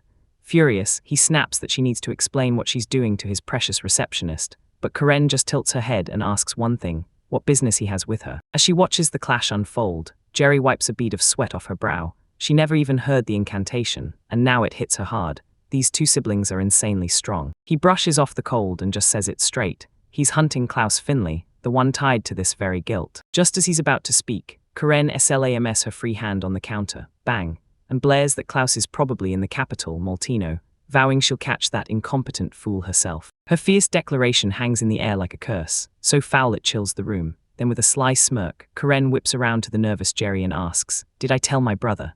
before claiming she has to sit down and have a real talk with Klaus, and her terrifying aura swells so hard that Jerry flinches, fully intimidated. She spins back to the reception desk, and her voice eases up just a notch. She tells Jerry the other adventurers likely won't return, then begs him to hold his post for a little longer. As soon as Jerry agrees, Karen strides to the window and stares out, clocking the sky like she can sense it. She's sure her brother's already landed in the country. Then a memory hits. She was just 5 when she learned the truth, that she and Klaus weren't related by blood. Her mind sprinted back to a childhood talk, back when she tried to explain to a young Klaus that since they weren't real siblings, they'd never have to be pulled apart. No blood needed, no rules needed. If they loved each other, they could stay together for good. And that innocent little thought sparked one wild question in her head. Wait, what about marriage? That memory snapped back into her mind right now. She remembered that childhood spark, the thought that she could become his bride. But the truth hit her hard. He treasures her like a little sister. Still, a sliver of hope refused to die. What if her wish came true and they became adventurers together? Maybe then everything could finally feel different. That hope sat warm in her chest, burning into one silent vow. She just wanted him to finally see her, and only her. Clutching that secret wish in her chest, she watched as Klaus stared into the distance, his face a locked door, while his feelings churned deep inside, begging to be said but staying trapped. Riding high on Jinbu, Klaus and Ursel burst into a quiet forest and land, beside a secluded wooden cabin hidden under sunlight and leaves. When they step down, Klaus stares at that simple place, and suddenly the reason for the journey clicks in his eyes. Ursel strides toward the cabin and blurts out, "Klaus, whose place is this?" Klaus shoots him a grim look and says he knows exactly. This home belongs to Fowl, the former commander of the magic division. The moment he confirms it, Ursel's face lights up with pure shock. He shuts down the kid's guess and straight up reveals the truth. He sent us to meet Morse Kenbridge, the infamous magic manipulation genius, whose name alone practically crackles with raw power and razor-sharp intellect. House is hit with a shockwave of disbelief, his thoughts sprinting to keep up, and Ursel presses the bombshell. Morris is part of the prestigious Albert family. He finally makes the introduction, then shoves the creaking wooden door open and waves Klaus into the workshop. The moment they step in, it's pure organized chaos. Right in front of them, a man with long, light hair sits with his back turned, totally swallowed by his work, while stacks of books, scattered papers, and weird mechanical parts crowd around him. His beloved hands hover over a tangled machine, one big dial right in the center, buttons everywhere, and he murmurs under his breath as he makes one last, razor-light adjustment. For a split second, Ursel snaps her attention to Klaus with a frustrated sigh, then tells him that this brand new superdimensional communication device just detonated the workload. Requests are pouring in, and they'll never clear it all at this pace. She flicks a vague gesture at the mess around them, and basically orders Klaus to find somewhere to sit. Inside the workshop, Klaus strides in and officially introduces himself to the seated Morse Cambridge. The reclusive genius tilts his head just enough to acknowledge Klaus, then confirms, plain and sure, that he knows who Klaus really is. Just as they're about to talk, another voice slams in. An elderly man with a piercing stare says he heard from Tamara about their request to meet the Saintess, and then drops the real twist. He's been told to judge Klaus himself. He wasted no time, smirking like he already won, as he challenged Klaus to a contest on the spot, and the sudden offer left Klaus completely stunned. They slipped out to a clearing beyond the workshop, and the old man laid it all on the line, saying he won't judge someone's real character or strength from talk or tests, only from a face-to-face confrontation. Right after he finishes speaking, the old man rips himself off the ground and floats up into the sky, wrapped in a blazing column of light. Then he snaps a beckoning hand at Klaus, still staring up in pure disbelief. Klaus can tell it. This power is on a whole different level, way beyond anything he's ever seen in an active adventure. That power explodes onto the scene, and Ursel snaps instantly, furious. He yells that this isn't what they agreed on, then throws it straight at the old man. Klaus is the one who's supposed to be tested, not him. With a calm smile, the old man just laughs, and admits he's got a point. Then he declares that Ursel, the guildmaster of Woodville and captain of the Blackwing Falcon, will step in as his proxy for the match. Right after that, he orders Klaus to get ready, and Klaus nods, ready to go. With everything on the line, Klaus channels his power. His hand flares with a blazing magical sigil as he unleashes Regine, Limit Break, and Divine Secret awakening in one breath. Then a ruthless dark-bladed sword erupts into his grip, while Ursel, weapon already drawn, faces him head-on with a grim stare. He lifts a hand, telling Ursel to hold up, but the guildmaster snaps that he'll hit first, just to feel out the fight's rhythm. Ursel surges forward with shocking speed, and his dark blade is already swinging. A brutal swing rips through Klaus's cape, and instantly he knows he can't let Ursel land that hit. Sensing his power get sucked dry, he snaps to the truth, black magic drain magic, and even as the pain locks in, he clamps his teeth shut and fires off a high heel spell, realizing it's Ursel's demon sword, Shiva, ripping strength from him. He leaps back, buying himself space, because he knows the moment Ursel gets close he can't throw a single spell. Ursel just stares with a cocky smirk, taunts him like, "Finished already?" and reminds him that Klaus still hasn't even launched a real counterattack. The guild master keeps needling him, straight up asking if Klaus will just let him slide in behind. Klaus snaps that it's brutal fighting someone who's actually thinking, but he has no choice. Then, right on cue, Ursel whips around with a lightning-fast backflip. Before his eyes, a twisting magical sigil forms out of thin air, and it doesn't stop, because it means he actually did it. The spell rips forward and slams Ursel right in the back hard. The guildmaster blurts out in shock, while the old man watches with razor-sharp interest. And for Klaus, the world suddenly goes dark as consciousness slips away. Spellwork Ursel's forced magic release shatters and fades off his back, and he jerks upright, stunned, snapping that Klaus must have done it, swearing he dodged the strike. But Klaus lies sprawled on the ground, knocked out cold, so he can't answer a word. Klaus was back on his feet after the duel, and now he was laying out his strange new magic in front of Ursel and Morse Cambridge, spinning up a glowing magic circle to prove it. Then he told them the catch. He had to draw it beforehand because it takes time to kick in, even though it costs basically zero magic, making him call the whole technique a total win. Ursel nodded like she finally got it, but Morse slumped and asked what he was supposed to do after losing the wager. So Klaus patted his shoulder and admitted the brutal truth. He couldn't use any other kind of magic besides this one. Right as the conversation heated up, an authoritative old man burst in from a nearby building, strode up to them, and flashed a warm smile, then held out a tiny, intricate device for them to see. He told him it wasn't just some gadget, it was a magic tool, a communication machine that stretches its reach by letting a set amount of magic flow through every one of its circuits. And the old man leaned in, saying if Klaus could learn to channel that magic into it, he'd skyrocket in power. As Ursel stepped in with the device, he shoved Klaus aside and told him to wait, then spun to Morris and ordered him to handle his own job. Klaus nodded along, but Ursel's sudden move left him staring in pure confusion. Klaus kept his eyes locked on Morris as he fired off questions, clearly fed up, demanding why he'd agree to that insane workload. Standing right there, Klaus looked baffled as the old man finally opened up a huge crate packed with dozens more of the exact same communication devices. Then the old man broke it all down, saying a fresh monster stampede had jammed everything up, and now these magic tools were desperately needed by tons of people. He kept going, warning that without those communication devices, people are doomed, and then a diagram flashed on screen, showing monsters crushing the routes between settlements and strangling every last line of contact. When the old man finished explaining, he softened his eyes and locked onto Klaus, then told him he could clearly see every ounce of effort etched into his magic, the exact path it carved, and how Klaus wasn't training for himself at all, and that's exactly why he has to keep going. Klaus stared up, shocked for a heartbeat, and then realization hit. He nods and takes the job without a second thought, while Ursel beside him lets out a tired sigh, clearly drained. Ursel blurts out that he'll help right away, but the old craftsman shuts him down, saying Ursel's magic-infusing technique is too crude and would spit out a completely different result. A louse, then he grins to himself, convinced he was trying to land a job in a magic core, the kind where Morris was. The old craftsman snaps his focus back on him and says, "Yeah, your control and your speed are great, but the real key is keeping your magics flow perfectly even." Then he leans in and asks, "Klaus, did you get what I just did with my magic?" He leans in and claims his eyes are so sharp they can actually see the magic flowing. Then he lifts one of the comm devices and tells Klaus to channel his power into it right now, just to test it. As Klaus feeds the device with magic, it snaps and crackles with raw power. The old man lays out the rules. Magic can't be dumped all at once. It has to be squeezed out thin and steady for ages if they want the signal to stretch. One perfectly enchanted unit can hit 10 kilometers, but the real challenge, they've got to enchant 10 of them, proving they can stack their reach to reach a total of 100 kilometers. With everything locked in, he stands up and officially orders Klaus to finish a mountain of devices. So Klaus grips the communicator and eagerly jumps in, promising he'll give it everything he's got. His wild excitement crashes into a cold, serious reality. He realizes he can only enchant 5 of the devices with the power he has right now, and once he figures out the method, it feels like blowing out one long, steady stream of magic. He steadies himself, swears he'll finish the job, and steps forward, right as the old craftsman nearby warns Ursel not to blow his magic away.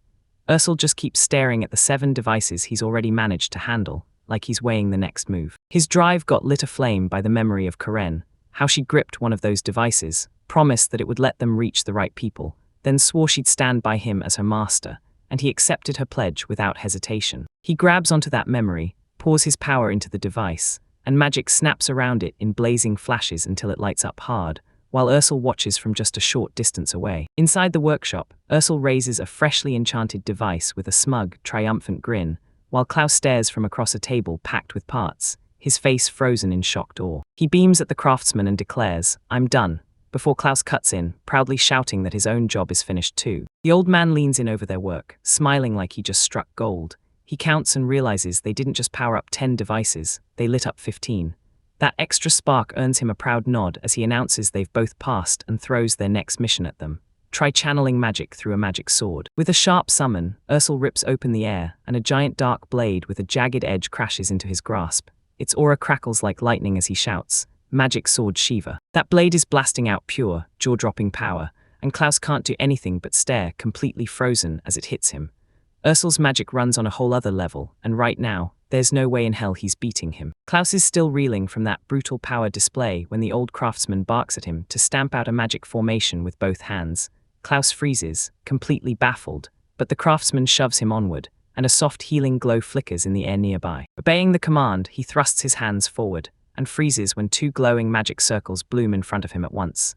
Then it hits him hard. He can now launch 2 formations simultaneously, something he couldn't do before. Ursel glares with annoyance and mumbles about wanting a rematch, but Klaus doesn't let it slow him down. He's buzzing as he asks the craftsman if he can keep training in Cinefolia, even without Morris there. The old craftsman grins warmly and nods, then leans in with one last warning. Klaus better show up, or else. Relief floods his face as a wide, happy smile breaks out, and he locks eyes with Ursel, like they finally understand each other. Once their training ended, a grateful voice rang across the land, thanking their master for every bit of guidance. Meanwhile, inside the Centofolia royal castle, Serafina Dale lunges into an urgent plea. She begs for help tracking down Kailan, because once Klaus can restore the holy beast, she swears it'll stop Ouroboros from ever coming back. She leans in and fires off her words at the young girl, who can't hide her worry. She even asks if Serafina, a commoner just not long ago, really has what it takes to save the world. Klaus rides high on a massive saurian mount through a brutal, shadowy forest, and then he fires off his heartfelt thanks to Ursel, praising him for brokering peace with a towering saint, and for getting him a communication device straight from Oris. Travel, Ursel just casually drops the bombshell that his family is already allied with the Duke of Cinefolia's house, and that's why everything's been running so smoothly. Klaus Steyer's jaw hits the floor as he presses Ursel, wondering why he never mentioned it before. Prize's confusion spikes when Klaus demands why Ursel, the guildmaster, is tangled up with the Duke's family. Then Ursel stays cool and says the great saint is a rational man, so the smart move is to be fully prepared, and Klaus locks onto that as he decides. If he gives back the 4 holy beasts, he'll demand help finding care for them. When Ursel heard Klaus's hardline declaration, his smile vanished. Seriousness hit his face as he finally understood how huge that decision really was. At last they roll into the capital, Martino, and Klaus just freezes, staring in awe as sunlit towers and shimmering architecture glow around them, everything feeling weirdly mystical. Ursel grins and says, "Yep, this is the land ruled by the same ones." He strolls through the buzzing streets, soaks in the warm vibe, and smiles to himself. This is the kind of place Karen would adore. He swears he'll bring her here one day. Castle snaps his gaze to a towering building on the horizon, Cinefolia Castle, and tells Klaus, "Time for our meeting with the great saint." Down a twisting castle corridor, their sprint gets interrupted when a terrified woman comes barreling past, fleeing for her life. Then Serafina Dale snaps in from right behind, shouting for Selena to stop and grab her hand. But right when she falters and freezes, her eyes flare wide as she finally spots the visitors. "Klaus Sama," she blurts, stunned out of her mind, while Klaus himself is just as shocked, blurting out why she's there, and why she's talking to him about the great saint. Ursel and him were ushered into the grand hall, and Serafina rushed in with an apology for the delay, then turned to Klaus, telling him it was her first time meeting the demon lord, while Saint Mariana stayed stone still on her distant dais. She stared, stunned by her calm, royal presence, and in her own mind she hailed her, Saint Mariana, truly great. He bowed his head to the floor, and she thanked him for the chance to speak, then softly urged him to lift his face. She leaned in and told him the demon lord was no ordinary monster. He shows up just once every few hundred years.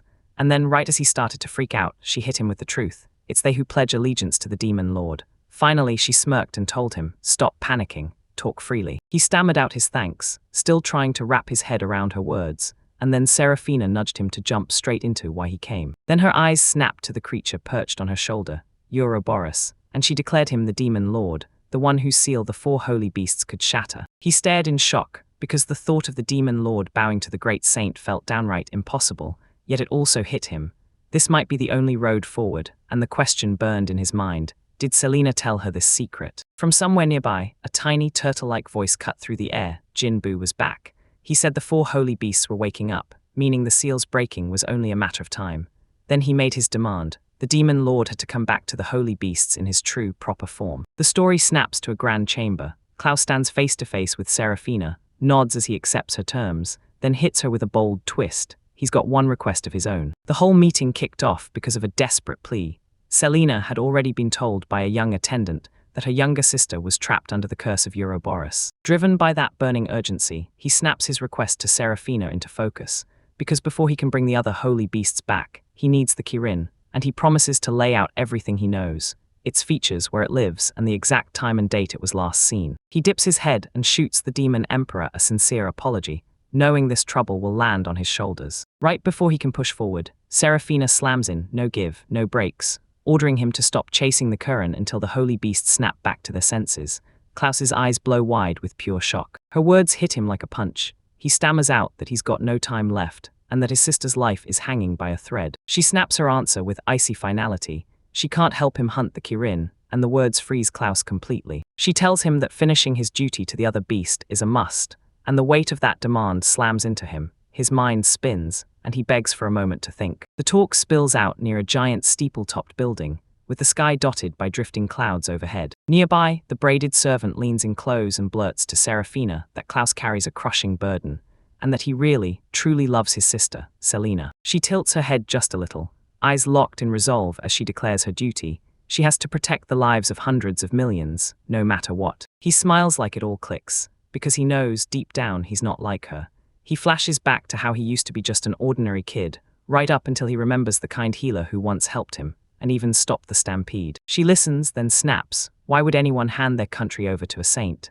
Just saying she's got the blood of a holy woman isn't proof, and she won't let that slide. She tells him it's simple. She was raised with one purpose in her bones, to protect the country no matter what. From day one, she was trained and shaped for this, so she was basically born to carry out the duty she swore to honor. Restoring the holy beast's senses is going to be a brutal uphill battle, packed with one deadly problem after another. He storms away, wrestling with the crushing weight on his shoulders.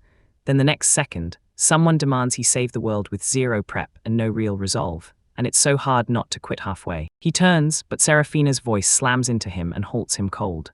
She rips up her earlier words and with sudden fierce conviction, declares that if it's for his sake, she'll absolutely save the world. The story jumps back in time. Serafina faces the veiled great saint, Mariofolia, and finally admits there was something about the Chilan she'd never once dared to tell her. She bears the ugly truth she's been swallowing. Getting the Chilean's key demands a saint's human sacrifice, and in the same heartbeat, a horrifying memory stabs her. A young girl standing before that glowing, otherworldly beast. The lore finally spills out. Turns out the Chilan is just Ouroboros locked away, and when a saint throws herself into the sacrifice, the Chilan drops a key, the exact tool that can break Ouroboros' curse. Serafina then drops a jaw-dropping confession to the great saint. Shilin, she admits, isn't a stranger at all. It's her older sister and her mother too, and suddenly a chilling memory comes rushing back of a woman who looks exactly like her, standing in front of the creature. The great saint freezes in disbelief, ripping into the 200-year-old legend that claims a saint has to be sacrificed just to get the key. Then she demands if that nightmare is really true, and Serafina is left utterly stunned, unable to even speak. Back in the present, Serafina cracks open the tragedy for Klaus. Her father, crushed by grief, tried to break the curse with his own hands to save his wife, and that choice turned him into a Chelan. Serafina breaks down, furious at herself, because she admits she never made it in time to stop what he became. Her sorrow hardens into steel, and she clenches her fists until her knuckles ache. She's locked in, vowing again with her eyes blazing forward because she'll do this for Klaus. She stood before the great saint, telling him she truly understood Klaus' heart. Then she snapped with one cutting question. What if Klaus got the Chilean's key and just walked away from his journey? A terrifying flash of her younger self, trapped in a ring of monstrous, grabbing hands, sliced through her thoughts, and she realized without Klaus, she and the whole country would be doomed, like a world ready to get swallowed by demons. The great saint leaned in, calling her Selena, and demanded to know, after all these fears, if she still planned to believe in Klaus. Selena didn't blink, her resolve burning steady as stone. While the town bustled around them, Ursel tried to jolt Klaus out of his gloom, urging him to take a walk. Yet Klaus wore pure worry and spun to the guild master, demanding to know what he should do next. His composure shattered the second he blurted out pure, crushing frustration, insisting there was no way he could restore all the holy beasts back into their proper forms. Ursel calmly warned that if they helped Karen, they'd have to give up restoring the holy beasts, and that the great saint couldn't be trusted. Klaus clenched his fist, torn because his dream was to make Karen happy, but she was the one hurting. While he watched the market, he couldn't stop thinking, because the one with that rare, dangerous power was his own precious sister, and deep down he knew someone like her could barely ever be a real protector of the people. With the truth locked in, Ursel snapped her gaze onto the young hero, stared him down, and fired off one sharp question. Did Klaus really want to protect the world? He stays silent, drowning in a memory of Karen, her smile bright, her voice asking if he can still fight even when she's gone. Then she warns him. If he dares to walk away from his duty, the world will crash into a fate so brutal it'll haunt him, and he has to face that truth himself. Panic thrums through his mind, sweat slicking his brow as he remembers his duty and steels himself. Then he finally snaps. He never really thought through what the spirit's will meant, and what he was truly supposed to deliver to Seraphina. Ursel's voice slices right through his chaos, flat as a verdict. That's exactly how it's meant to be. He says he's not mad at Klaus at all. He's just talking to him right now, to read his thoughts and figure out what's really going on. He then declares his faith that Klaus will save the world, then immediately fires the question. Does Klaus actually have the resolve to make it happen? Guildmaster Gazehardens levels his gaze and tells Klaus, that can't be true. Karen can't be the only person who matters to you. Then he lays out the proof, your heroics and all the countless people you've already saved. As he talks, those clowns' faces slam through the young man's head, and Ursel tells Klaus straight up, if he can't dig up his resolve, he won't pull off a single thing, because for the sake of everyone who depends on him, he has to make it happen. The words slam into him, and Klaus's eyes blow wide, glass bright with tears he refuses to let fall, because Ursel's truth hits like a crushing wave. He stood with his back to Ursel, eyes locked in, listening like his life depended on it, as the guildmaster finally handed him the last warning, from here on out, trust his own judgment. Then Ursel leaned in and promised, once he picked the topic, he'd set up a meeting with a great saint for him, no questions asked. When the talk finally ended, Klaus found himself face to face with Seraphina Dale, the second saint, her eyes locked on him like a spotlight. She fired a warning straight through the air, watch your own weakness.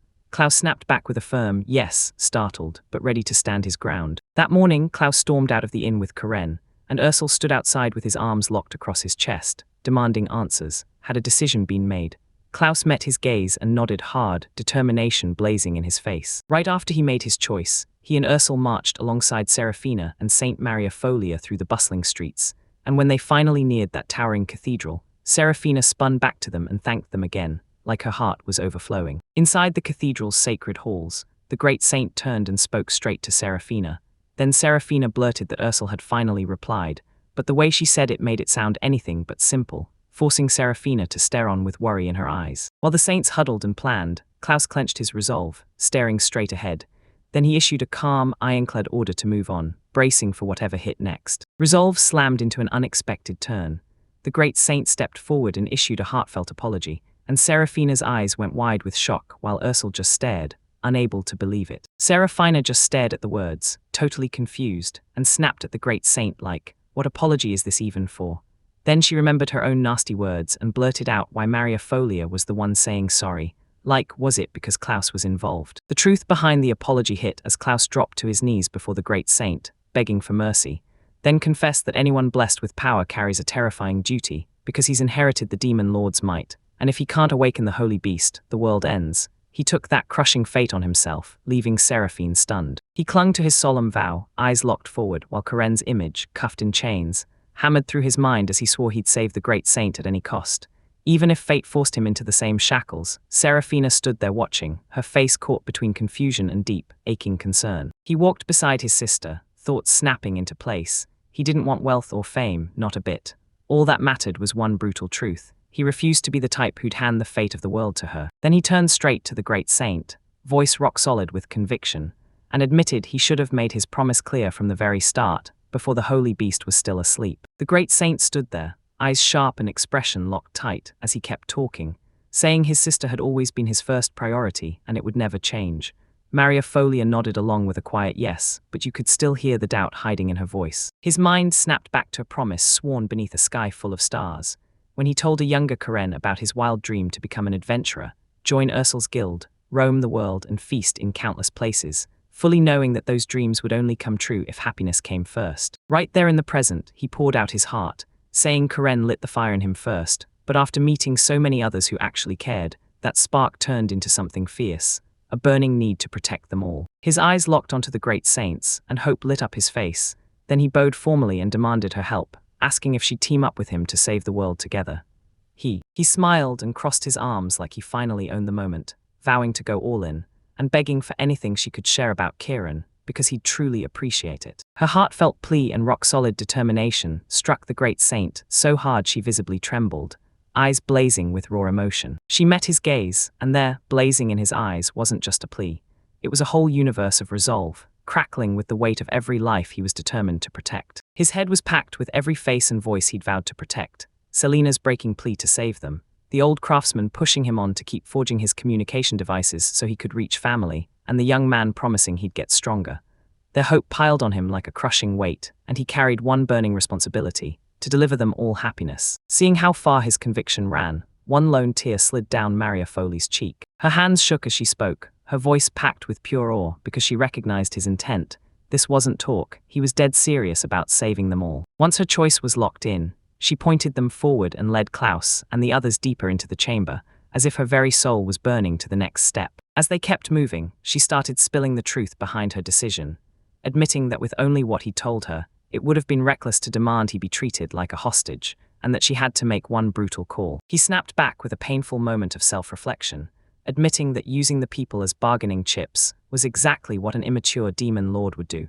Only now he finally got it. A soft chuckle slipped from her lips as a warm smile bloomed, and while Selena watched, she leaned in and told him, straight up, that he really was a fine demon lord. As the new alliance comes together, Ursel shoves a slick communication device into Klaus's hands with a confident wink, then tells him Morris filled him in on how they've been pushing to manufacture these for the citizens. Meanwhile, Maria Folia weighs the pact's full weight, and when she finally clicks into place, a sharp, determined smile spreads across her face, because this alliance will supercharge them all at once. Then she thrusts her hand toward Klaus, eyes blazing, and tells him to come with her, because together they're going to save the world. He takes her hand without a second thought, sealing their bond on the spot. Ursel and Selena stand nearby, eyes locked on them, grinning as their approval practically radiates for the brand new alliance. The road drives them straight toward a towering structure, right where the black magic they're chasing is tied up and waiting to be uncovered. Maria Folia leads the group to a towering, intricately carved door and declares,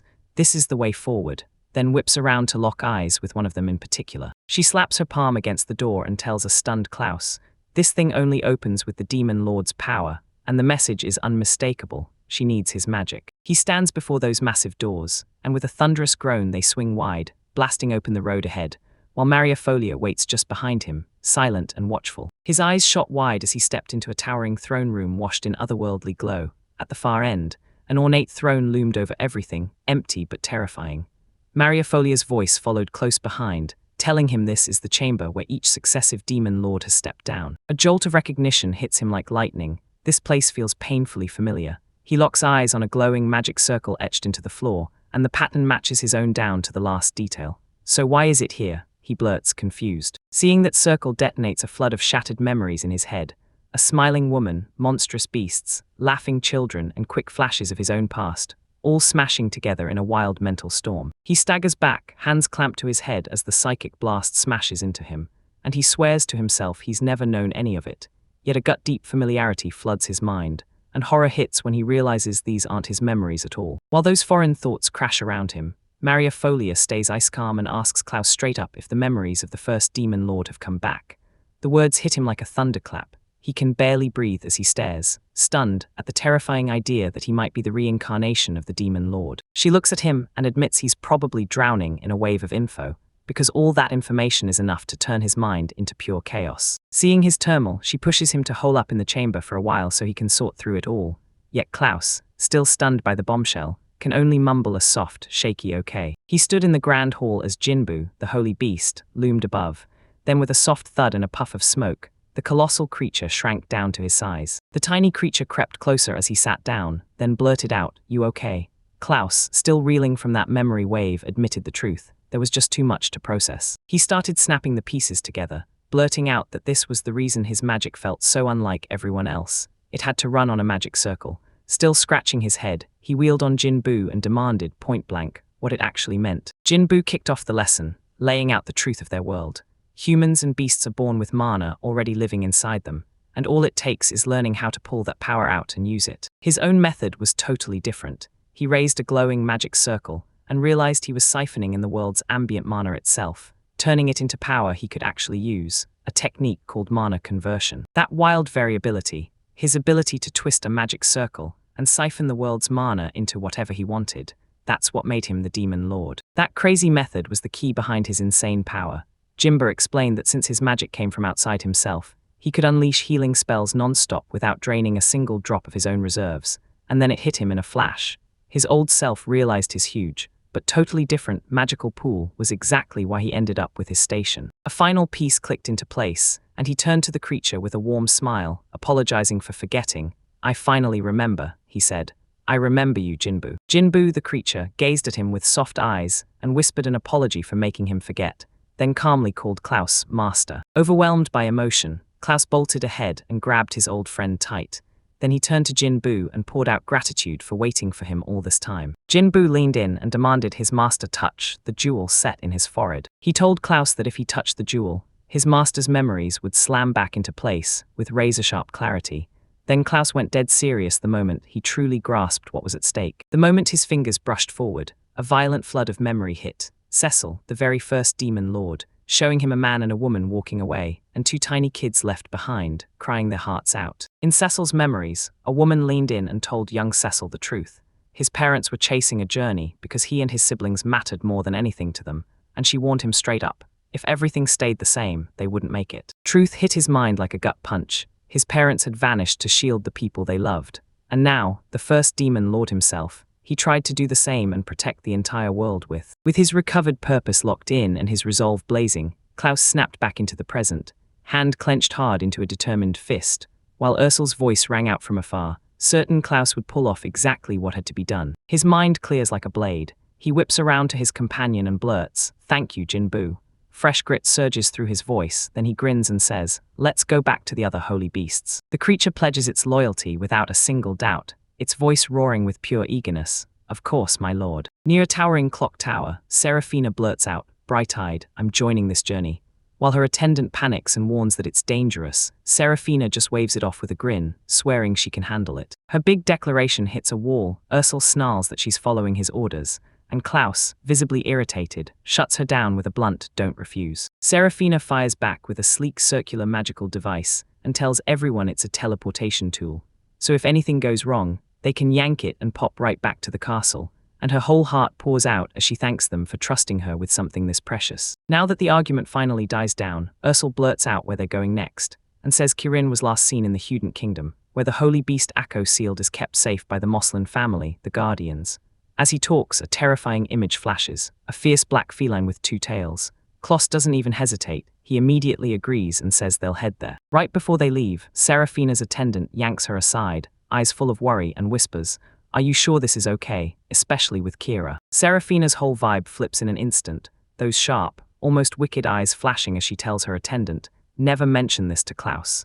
Then she leans in and admits she's doing it only to settle a debt she can't ignore. As Klaus and Ursul stood poised to leave, the great saint, Maria Folia, stepped right in, wearing her sacred white gown and veil, and pressed a heartfelt benediction into the air, blessing Kirin's divine protection over all of them before they set off. On the outer edge of Huey Dent, a government official fires up the crowd and announces it. Centifolia's saint has declared war on the Demon Lord, but then his voice drops because their own holy beast, the White Tiger, has already awakened, and it knows they're here. He rips through his fiery speech, shouting that the White Tiger is their sacred beast, and that they have to strike it down to save their homeland now. In the crowd, Karen, the braided swordswoman, stands frozen in silence, fists tight, eyes locked with pure grim determination. The official's eyes narrowed as he realized he'd begged for a guardian to be assigned to the seal, and that the person he picked already knew just how deadly this situation really was. Ursul stands alone, seen from behind, bow and quiver on his back, while the official's verdict hangs heavy. The guardians of Huey Dent can't do a thing here. Meanwhile, far off into the wild, Klaus and Seraphina ride atop the colossal Jinbu, while Seraphina's amazed eyes drink in every second of it. Yet the smaller lizard companion, also named Jinbu, can't stop grinning as it points out how weirdly smooth the whole ride is. He swivels to Seraphina, flashes her a grin, and asks what kind of country Huey Dent comes from. Then he laughs, admitting he can't wait to meet the white tiger. They keep going and the tiny Genbu breaks it down. 90% of Huey Dent is forest, so the whole place feels sacred and brimming with life. Klaus can't help but wonder if Karen would have enjoyed tagging along, and a nearby servant girl's cheeks light up as she blurts out that she would have loved to. The little Genbu clocks it right away. Her words are coming straight from the heart. That servant's intense reaction grabs everyone's attention. Klaus whips around toward Ursel, who's just joined their party, and straight up asks, "Are you worried about Karen?" Right after he finally lands in Huey Dent, Ursel fires off instructions and tells him to contact the guild through their comm device. Klaus blurts out his thanks, but Ursel waves it off like it's nothing. Once their conversation finally ends, the party keeps charging forward on foot, boots pounding hard along the forest trail. To push even deeper, Klaus stares in awe at the forest's massive expanse, studies every creature roaming the wild, and realizes Huey Dent is a nation that truly treasures living in harmony with nature. Serafina doubles down on her explanation. If they want to safeguard this natural balance, the nation taps elite archers called hunters. Ursel explains that the people hold back on logging so they can earn the forest's blessings, and that shift forces adventurers to change how they move. Serafina eats it up like it's amazing, and Klaus, blown away, finally understands it. This nation isn't just guarded by people, the forest itself is defending it. The moment it clicks, the whole group's faces snap to panic. Ursel screams that a pure white barrier is rising, and just as the words leave his mouth, a volley of glowing arrows tears out of thin air and rockets straight at them. Serafina recoils in shock, and Klaus snaps into action, grilling her on why everything turned hostile so fast. Then he blurts out, "So the hunters are actually our enemies," because he can't make sense of the attack as anything other than a brutal mistake. Ursel snaps his assumption in half, yelling for Klaus to hurry and fire up his power. Then Klaus whips around baffled, and Ursel spells it out: regenerate, limit break, and mystic awakening, while behind them the arrow volley hangs in the air like time itself got stuck. He burst into action while his companions stared. Serafina's brow knotted as she grilled Ursel, pointing out that Klaus' gift was healing magic for living things, so how in the world could he handle a storm of arrows? Ursel just grinned and swore Klaus would figure it out. As he tore through the sky, he sharpened his senses and reached out, tuning into the mana currents swirling all around him. His search nailed the source, some insanely skilled hunter, a full kilometer off. No way he could dodge that brutal volley, so he snapped into action, and a blazing sigil sparked to life in his palm. He shot his hands forward and ripped open an explode spell. 2 blazing magical circles flared in the arrow's path, and the projectiles blew apart in rapid fiery bursts before they could ever hit their mark. Even with every effort, more arrows came barreling in, so close it turned into a real, immediate threat. Down below, Ursel snapped the truth to a stunned Serafina. Klaus had whipped the static electricity in the air into deadly blasts, and Serafina could only stare, stunned that anyone could pull off something like that with healing magic. With the attack pounding non-stop, a brand new power snapped into action. Right from the force floor, gigantic roots erupted, twisting and growing at an insane pace, all fueled by an infinite growth spell. Those colossal roots snapped into a living shield, catching the final arrows mid-flight. Then one tendril slid around Klaus and hoisted him higher while his eyes went wide in pure confusion, leaving the distant archer totally blindsided. He tried to take control of the forest, but the forest snapped back, magical roots yanking his legs and pinning him in place as he stared up, stunned. Then the real question hit him. What kind of ally was Ursel even bringing, because he'd never seen magic this strong, or this weird, before. Ursel flashes a knowing grin at the newcomer, Shuya, and says, "Yeah, we're old acquaintances." Then he needles Shuya for always trying to score victories with weird little tricks. Just a few steps away, Klaus Uroboros perched on his shoulder, stares in shock, finally clocking it. This attacker is none other than the Demon Lord's long-awaited guard. The archer, finally quiet, gets dragged into questioning by Ursel, who demands to know whether he was warned ahead of time that a guard would suddenly show up in the Western country with zero explanation. And the poor young man just stands there, drenched in sweat, completely stuck for words. Right then, he hurls himself to the floor in a bone-deep bow, yelling out a desperate apology, while Klaus, standing right there, jerks back in shock at how wildly he's going overboard. Ursel steadies him with a calm voice, swearing nobody's blaming him, then orders the archer to hear their side before he makes his own call, while Serafina watches the whole thing in sharp, silent focus. Laos watches in silence, eyes sharp with thought, then admits that even with everything falling apart, Shir is insanely strong, and he can't help smiling because from here on out, they'll finally be fighting side by side. Hearing those words, the archer snaps his gaze upward, eyes blazing with emotion, and he quietly clocks the sorrow etched across the other guy's face. As the archer stands there frozen, stunned, Klaus reaches down and grips his hand tight, flashing a bright, welcoming smile. Then he makes it crystal clear how relieved he is that they're about to be allies. Overwhelmed, the archer drops to one knee and introduces himself as the guard, Shia Moslin, swearing his body and soul to Klaus, and that declaration totally throws Klaus off. Ursel can't help but laugh, telling Shia to just call him Klaus and talk like a normal person, but Klaus cuts in fast. It's an order. He looks a little rattled by Shia's over-the-top acceptance, but then nods and says the plan works for him. Shia practically radiates with excitement, calling it a glorious honor to get a command from the Demon Lord, while Ursel just stares at how fast everything has flipped as they push deeper through the forest. Ursel warns Klaus that word of the Demon Lord's arrival is probably already sweeping the whole country, so he should steer clear of towns for now.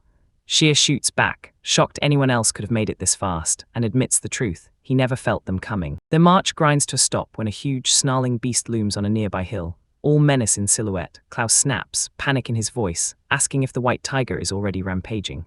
Shia nods, saying it's gone mad and it's only seconds before they trap it in a magical barrier. Behind them, Seraphine's face turns grim as she shouts for them to hurry, because the rampaging beast isn't what they should fear most. As they hurl themselves up the hill, the truth slams into them. This white tiger isn't rampaging at all, it's chained down with thick ropes, riddled with arrows, while a hooded figure looms over it, driving a brutal taming ritual into a creature that's in pure agony. Klaus freezes, staring in terror like his world just broke. Seraphina lays out the nightmare. This beast is the sacred guardian of the territory, and if it dies, the land itself will rot away. Then she snaps the truth into focus. The real threat isn't the beast at all, it's the nobles who are torturing it from behind the scenes. When Ursel heard that, his hands snapped into a tight fist. He cursed himself, knowing his warning had been ignored, and blaming it all on the fact that he didn't have the power to stop it. He whips around to Klaus, regret burning in his eyes, and tells him a barrier has been forged deep in the forest, one they can't break or dispel. Then he slams a heavy apology into the air, saying if he'd only moved sooner, none of this would have happened. Shia rushes in fast, trying to soothe Klaus and insisting he has no reason to shoulder the blame. Ursel whips around to Shia Moslin, eyes blazing with desperation, and begs, "Please save our white tiger, just bring him back to his senses first." Before Shia can even get the words out, Klaus strides forward with a cocky grin, Ouroboros sitting on his shoulder like it owns the place. And he tells them, right then, that this is exactly what they came for. With their mission locked in, the whole crew barrels down the heart of Huey Des, pushing straight through the central street. Just as they start moving, Ursel blurts out that breaking the barrier will take a magical tool from the guild.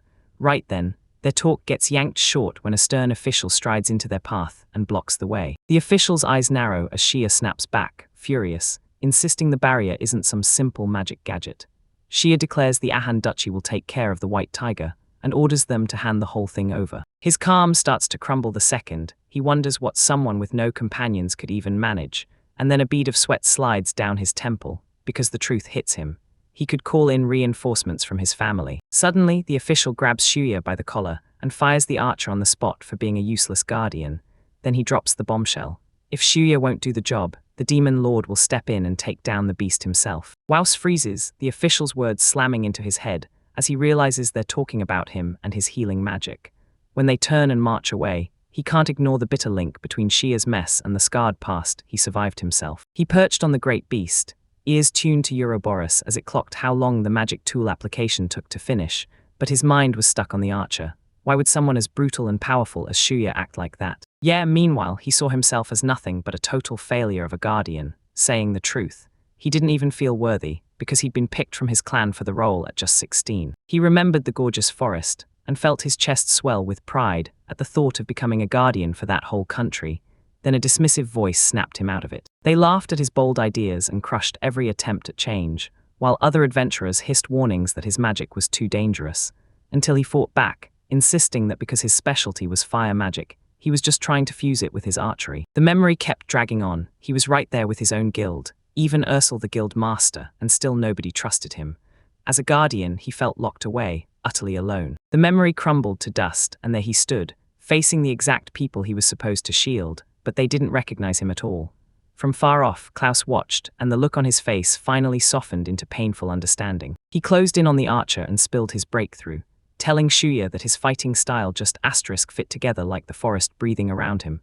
But everyone else stayed on edge, because they couldn't sense that harmony. And then Klaus finally realized why Shuya had been losing confidence. With a bright, comforting smile, he looked up at Shia and said, "It's okay," promising he'd find friends for sure, and that sudden kindness slammed the archer's guard wide open, stealing his words as tears flooded his eyes. He tells Shuya that the past doesn't matter anymore, because it's time to move on, period.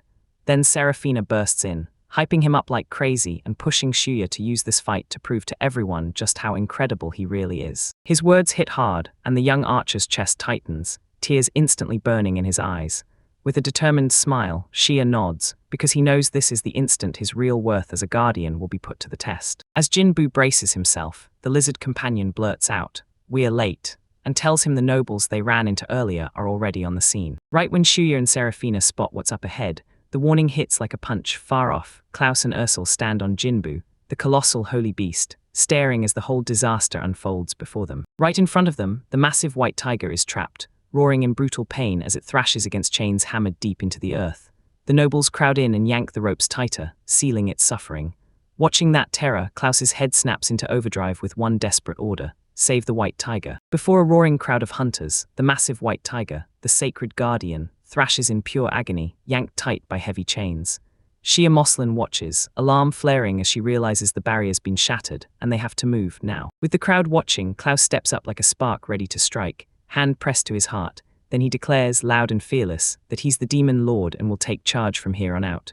Behind him, Commander Fowl snarls and scoffs, calling him a fool. He whips around toward Fowl, firing off an apology for crashing in so suddenly, and Fowl, impatient as ever, cuts right through it, ordering the self-proclaimed demon lord to hurry up and get on with the job. The declaration hits the crowd like a thunderclap. Everyone freezes.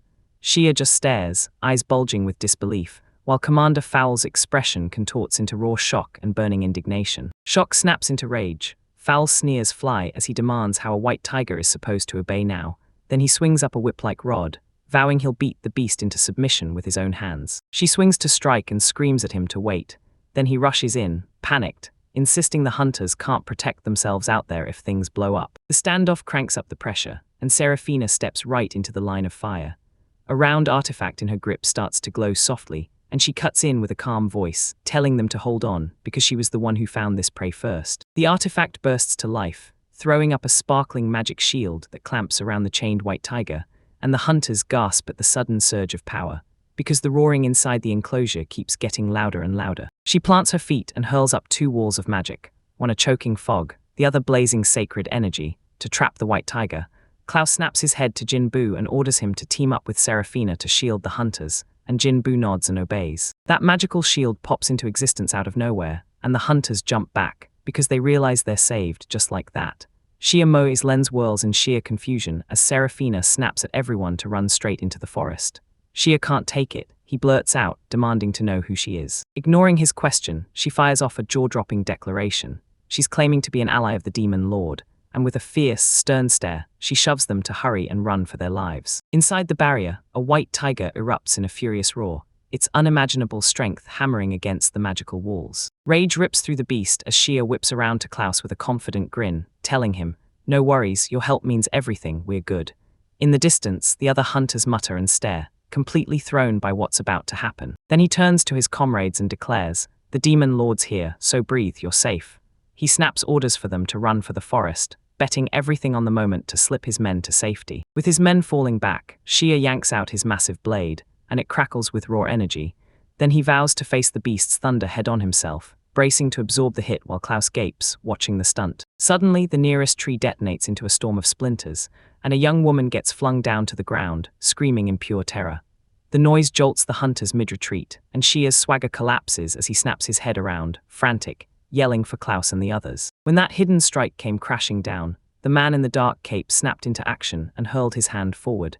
Then a glowing magic sigil exploded into existence, blasting a shield of protective energy as he shouted the spell's name, Extreme Flame Blood ***. The explosion faded, and though she bolted free with no injuries, she was rattled to the core. The caped man grabbed her attention and demanded if she was okay. She stammered, "Why, yeah," and he barked for her to sprint into the forest. When she finally glanced back, her eyes snapped wide with shock, and a flash of recognition lit her face as she spotted his blue robe. Then he snapped his focus to the other hunters. The attack had dropped. One man groaned through the pain, while his partner scrambled to hold him up. A soothing, healing glow wrapped around them as the caped man hurled another spell, and perfect heal kicked in, sealing every injury on the spot. That burst of brutal magic snapped the great white tiger out of its rampage. Right then, it froze in place, eyes locked on the spectacle, while a dark crystal set in its forehead caught the light with a cold, sharp glint. With the hunter's danger cut short, the caped man and Shia the archer finally faced off in a small clearing. "At last we meet," he said, calm as a blade. You shrugged off the archer and snapped your focus to the sacred guardian. Then the tiger snarled, growling like a warning, fangs bared. Still unshaken, the young man stared it down and spoke straight to it. "Don't worry, White Tiger, I'll help you right now." Before Shia could even process what he was doing, the cape man slammed down another power, infinite growth, and the earth under the archer exploded as wild, knotted vines burst upward, snaking through the air to wrap around him. Vines shot out and locked together into a crushing wooden cage, trapping the stunned archer so tight he couldn't move a muscle, while the caped man, mission accomplished, calmly perched on the now docile white tiger's back, staring down at his captured foes. He stood there in front of the pacified tiger and the ensnared archer, grinning like he'd won already, because of course he wanted every single one of them there to see this unforgettable outcome. His smile didn't last. An enraged man in a fur-collared coat stormed in, screaming at them to stay out of it, and right as he yelled, an arrow came streaking through the air straight for the tiger. Shoya let the projectile fly, trapped in those magical vines all the while, yet the archer still launched the shot, jaw locked with grim determination.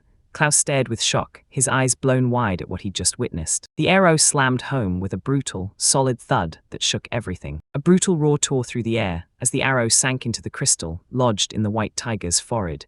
Its mind flickered out like a dying flame, and the fur-collared officer gaped in horror at the total disaster. Before anyone even blinked, a massive dark presence dropped out of the sky and smashed the stunned tiger midair, slamming it hard into the ground, leaving the crowd reeling at how that beast went down in one brutal strike. He stared at the display with pure exhilaration, grinning so wide his face hurt, marveling out loud at the Magic Emperor's overwhelming power. His outburst totally threw the crowd into chaos. People were whispering that the white tiger had already been beaten and that Ursel had even shown up for this training. Jinbu stood there, chest puffed up, bragging that this was all the power of its master. Then the fur-collared official snapped, whipping his rage onto the bound Shuya, sneering that this failure was supposed to be his victory. He wailed that if Shuya had just captured the tiger, they'd be swimming in wealth and fame right now. He snatches the young archer, Shuya, and fires off the question, why the Magic Emperor is here with them. Then he gapes in disbelief, asking if the hunters are really teaming up now. He calmly lays it out. Since hunters can't defend themselves, they've got to guard each other's backs, because here, fighting while protecting your comrades isn't optional, it's the country's rule. The official scoffs it off, his face twisting with contempt, then snaps that Shia dragged the hunters into danger just to feed his own selfish cravings. He clenches his teeth and swears that every last detail of this mess is going straight to the guild. His superior goes dead silent for a split second, then rage surges, boiling over fast, and he demands how anyone could be that incompetent as Shuya still dares to talk to him like that. His furious rant gets cut off when a female hunter storms forward, shouting right in his face. She reminds him they were ordered to protect the country, then fires back, "Do you really think we were just watching out for ourselves?" and accuses him of straight-up lying. Shocked by the blatant defiance, the official starts to tremble. Then Klaus slides up beside him, cool as ice, saying he's only repeating what Shia told him, and a glowing magic circle snaps into existence at the official's feet, ready to blow. Klaus stares the terrified man down and flat-out declares that he won't let him mess with the tiger hunt, then vows he'll handle things his own way, leaving the official frozen, stammering out the words, Magic Emperor, like the title itself, is what scared him. Once the official threat is neutralized, Shia whirls to Klaus and blurts out his thanks for shutting down that clueless duke, because now they can finally move in on the white tiger, sprawled and weakened on the forest floor. Lars charges right up to the giant beast and plants his hand over the incoming strike, and when his palm hits, a glowing magical sigil blooms under him as he unleashes a brutal healing cast, Perfect Heal. With the spell finally taking hold, a faceted gem blooms right on the tiger's forehead, then a blinding flash hits, and its eyes snap open as its hidden magical power gets forcibly unleashed. The white tiger jolts fully awake as the new gym blazes under bright lights, and Klaus watches in total calm. Silently soaking in the moment, the beast comes back to consciousness. To his shock, the tiger roars out a voice steeped in ancient power, calling him by his full name, Klaus Finley, and declaring he's its master for this lifetime. With the bond locked in, Klaus strides ahead and throws his arms around the great beast, apologizing for the delay, and the tiger nuzzles him back, fully accepting him. The white tiger leans in and tells Klaus it's got a stubborn streak that won't quit, then snaps its focus to Jin Bu like, "And for someone I know well, your mouth is way too razor-sharp." And right away, it basically dares everyone to notice Klaus as the master, and even offers him a ride, then turns on the threat mode and orders Jin Bu to scatter. Jin Bu snaps back that the tiger should let everyone ride too, because they're all servants of the same master. He thrust his hands forward, letting them sink into the white tiger's thick, silky fur, watching it stand tall and proud as that fresh gem flashed bright. Then it stared him down like, "Tell me, isn't my coat the most magnificent thing you've ever seen?" A grin snapped across his face as he lovingly stroked the creature's head, and when the tiger insisted that only Klaus could touch it, he couldn't help but laugh, because it felt just like his sister Karen's overprotective grip. Then with one sharp motion, he swung himself onto the beast's back. "All right, you all watching, let's go," he called. "We're heading back to town and we're reporting what we found." Right on the main street of Huey Dent, Klaus Pat unleashes a massive white tiger and tells it, "Hey, we're here." Then he immediately plans to head straight to the local guild. Bustling streets choke with bodies, and he can't help but stare at the sheer crowd. Then Shia Moslin leans over and blurts out, "Is this uproar for me? For the Demon Lord's vessel?" The answer hits the air the moment a man with slick-back blonde hair strides in and calls him, "Your Highness, Alfred," and Klaus freezes, staring right at the prince of the country, face to face. Alfred motions Shia to calm down, then spins to Klaus and tells him to address everyone. This is an official setting, sure, but they can drop the stiff, rigid formalities. Alfred turns to Klaus with a gentle voice and tells him, straight up, "You're human too, so treat you like you're no different from the rest of the country." Then he smiles at the bright, refreshing air around them and leans in, asking, "You feel it too, right?" He tells them why he's here. He heard the seal on the sacred white tiger was in trouble, so he rushed to check it out. Then he glances at the calm beast next to Klaus and grins, because the tiger is already back to its normal state. Prince's composure crumbles for a second. He blurts that he was moments away from chasing that princess down, then admits he got sidetracked and rushes to offer his heartfelt thanks. Klaus is overwhelmed and insists he only wants to be treated like any other citizen. Alfred chuckles and promises he'll rethink his whole approach. His face hardens into honest seriousness.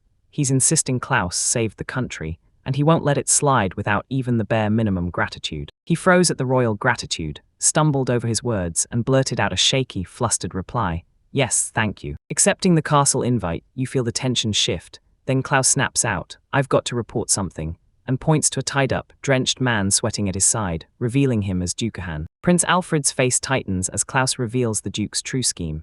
He's been unleashing hunters for pure selfish power, trying to crush the white tiger and torture a sacred beast for no reason at all. He spills that Dukahan was trying to tame the white tiger as a stand-in for Shuya. Then the Duke's face snaps into pure panic. Right then, a young woman's voice slices through the tension. She strides up to the Duke, calls him father, and declares, cold as truth, that he used the hunters for his own game. She steps right up to him and demands he stop hiding behind excuses for Shuya, then presses whether he even realizes how completely useless Shuya turned out to be, while the Duke's face breaks into sweat, and he can't manage a single word. Her face hits Klaus like a lightning bolt, and suddenly it clicks. She's the princess he saved back then.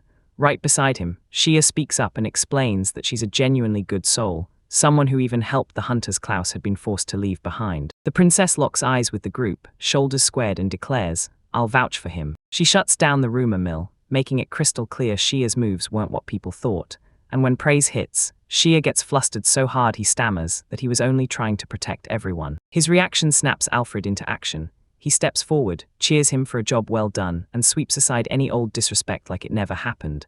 Alfred even calls him a great guardian, and Shia is left frozen, stunned, and blushing hard. Then he whips his gaze to Duke Ahan and passes judgment, strip his title, exile him to his own domain, and make it crystal clear. If he ever steps outside again, he'll regret it forever. As the disgraced Duke gets dragged away, the rest throw their hands up like justice finally won, cheering hard, smiling wide. The princess beams and slips her fingers through Shia's arm, while Alfred slaps his back and the whole group exhales, relief hitting them like a wave. Alfred takes a breath, tells them they've already seen more than enough ugliness for one day, and orders them to find a place to rest, then promises they'll get paid properly later. Klaus snaps up the offer with real gratitude. Their animal companions are way more excited. White Tiger and the Lizard burst into proposals, insisting they throw a celebratory banquet that very night. Shia agrees without a second thought, calling it the perfect send-off for the White Tiger's triumphant return to the Demon Lord's capital. Then the princess swivels to Klaus, nudging him to chill out and actually enjoy what's coming. Their plans get shattered the second Ursel drops in from above, landing like a nightmare as he calls Klaus Demon Lord to his face. "Stop," he snaps, "your path doesn't fit you." Then he swings his arm and beckons Klaus and Shulia to follow him toward. Klaus and Shia stumble into a massive, gold-drenched ballroom, every corner blazing under a towering chandelier. and Klaus just can't hide his shock at how huge and lavish everything is. He stammers that it's his first time at a party like this, and he feels totally out of place, while Shia, calm as ever, shrugs and says, "For me, it's just been a long time." Their eyes snap to a young woman sweeping down the stairs. Klaus instantly recognizes her as Princess Milia, and he can't help but stare at how stunningly different she looks in her formal attire. She beams at him and yells for her big brother to come look, and Klaus, totally flustered by her glow, can't help thinking Karen would look just as stunning in that dress. Right when his thoughts start drifting, Shuya cuts in and nails it. He's been wondering about Karen. With a sly grin, Shuya holds up a tiny rectangular comm device, and Klaus is completely stunned. He tells Klaus that the same kind of device was dropped near Karen's location too, then urges him to reach out to her later. Klaus, overflowing with gratitude, takes the device and thanks him again and again. Just when things go silent, a swarm of nobles suddenly crashes in around Klaus, shouting over each other, Clausen, Nevue, even Demon Lordzima, and Klaus is left totally panicked. Nobles swarm in, firing questions ripped straight from rumor and legend, like, "So you really hauled Jinbu back in some storage bag? And did you really beat the King Minotaur all by yourself?" Klaus is drenched in sweat, staring wide-eyed because his own legend has him cornered. He reeled under the non-stop stares, his vision blurring as nobles crowded in, and behind him Shia and Ursel just kept telling him to hang on, because one guest even mistook him for the guild master. His mind spun out of control, panic surging as the crowd swallowed the streets, and he silently begged Selena for help, because there was no way to even guess where she could be. A sudden grip clamped around his arm and yanked him away from the throne, Princess Milia. She shot him a worried look and asked if he was okay, because it was obvious he hated every second of being on display. In the quiet courtyard of Huey Dent Castle, Selena stood alone and leaned into her comms, asking the voice on the other end if it was really okay for her to slip out from the party. Karen Finley's voice burst through the room as she shot upright in bed, absolutely thrilled, then admitted she'd been dying to talk to Selena for ages, and Selena warmly confessed she felt the exact same way. Under a moonlit glow, Selena strolled through the rose garden and told him Klaus had handed her the device, so they could finally talk that night. Then she leaned in and said she had something urgent to bring up. Her face changed instantly, heat rushed up her cheeks as she stared at her device, and she wasted no time, firing straight at the truth. "Selena, tell me, don't you like my brother?" Selena's blunt question hit like a sucker punch. She went completely speechless, her face blazing as memories surged back to the first time they met, when she'd cried and clung to them. She blurts out an apology to Karen for the shock, then admits her feelings aren't romance at all. She's holding a small pendant as she says it, insisting what she feels is reverence. As she keeps talking into the comms, she says it straight. Klaus is everything to her. Karen freezes, flustered to the bone, cheeks burning while her words stumble out in a frantic stutter. She sits on her bed, trying to wrap her head around it. Klaus is her important older brother, sure, but they're not tied together by blood. Selena's thoughts drift to that one smiling classmate who's always been right there by her side, and she can't help but wonder how beautiful it must be to have a love that's been growing for years. Because we're. She jumps back into the conversation, beams at Karen, and says she loves hearing stories like that, then can't stop herself from begging for more, right as Karen's face floods with an embarrassing blush. Her face softens the second she remembers how much kinder Klaus has become, then she leans in and tells Karen, "I'm so happy to hear this." This seems to lock in something for Karen. She lifts her gaze with fresh determination and tells Alina she wants her and Klaus to finally be happy. A real bond clicks into place between them, straight-up mutual understanding, and side by side, they announce their shared mission. They will break the Ouroboros curse, no excuses. Karen fires back with a determined nod. She snapped to a stop, eyes popping open, because down the grand arch hallway stood Klaus, plus a young woman she instantly recognized as Princess Melia. Princess Melia guided him to a row of towering doors and told him it was the royal family's private resting chamber. Then she pushed one open and swung it wide. He stepped inside, and the moment his eyes landed, that massive canopy bed stole his breath. This room felt every bit as grand as the demon lord's own chambers. Sitting across from the princess on a plush sofa, dressed in a flawless gown, he suddenly blanked, grateful, sure, but totally thrown. She promised they could finally talk for hours, yet he couldn't stop thinking, how does everyone know me? And where on earth did he even start? Princess Milius flashed a grin and told everyone her info came straight from Ursel and Alfred, then admitted that the moment she met Klaus in person, she was blown away and instantly realized their words were true. She told me that her father drilled it into her during her training to truly understand her country, live like a hunter, act like one, and that's why she'd heard the whispers about the guardian beast, decided they were real, and urged Shia to team up with Duke Ahan's subjugation party. A shadow crossed her face the moment she thought about the archer, and regret hit her hard. If only she'd understood him sooner, she might have stopped him before it ever went that far. She snapped her focus back to Klaus and flashed him a real smile, then thanked him, making it crystal clear that everyone was safe only because he and his crew got there in time. She leans in and admits she was totally blown away by his healing magic, by the way his personality shines, and by how hard he cherishes every single one of his companions. She boldly announces she's sure he's the only one who can be her partner, and the second she says it, Klaus recoils in pure shock, his whole mind spinning. She leans in, blush blazing, and asks him, right to his face, to accept her, and he just freezes there, staring in shock, sweat pouring as the proposal completely wrecks him. He drops his gaze, stammers out an apology, and admits he gets her feelings, then slams the brakes on the moment, saying he hasn't even thought about marriage and he's in absolutely no position to take that step right now. She doesn't even blink at his refusal. She shoves him back onto the bed, smirks that if they can't do it right now, they'll just call it settled anyway, and leans over him like, so, is that a problem? As she talks, already armed with her dad's permission, the room's door suddenly creaks open. Panic detonates in his chest. His heart thunders as he gets pinned down by the princess, just as someone walks in. When Milio whispers his name, his mind spins out of control, desperate to figure out who the hell it is. That familiar voice slices through the chaos, Big Brother, and Klaus jerks his gaze upward, horror flooding his face as he realizes Karen, his sister, has just stumbled right into the compromising scene. He jolts awake in bed to find Princess Milia perched beside him, and before he can breathe, she calls his name, while a communication device sits right there on the table. Before he can even blink, she lunges in and wraps him in a crushing hug, then beams with fierce purpose. I'm Milia, first princess of the Huey Dent Kingdom, and declares she's going to be his sister. Just as the moment hits, a voice blasts through the comms. Karen's face pops up on the screen behind a mask, eyes bulging with shock, and she fires, asking what Klaus's brother is doing. Klaus stumbles, tells her to wait, and oh no, she can tell the situation looks awful. He rushes the scene back to Princess Milia, panic swallowing him because the timing is catastrophic, and he blurts out a mountain of apologies, saying he's got no excuse at all, but he can't stand the idea of his own sister hating him. He hears her heartfelt plea, and her face warms with understanding. She tells him she's got him, confessing that she's terrified of losing her precious family too. Resolve comes right back as she tells him she's stepping away for now, but she's not backing down for a second. She doesn't want to be hated either, and nothing is going to stop her. He tells her he can't afford to worry about anything except breaking his sister's curse. Then he lets her use the room freely as she leaves, turns back to the device, and panic-struck determination flashes across his face.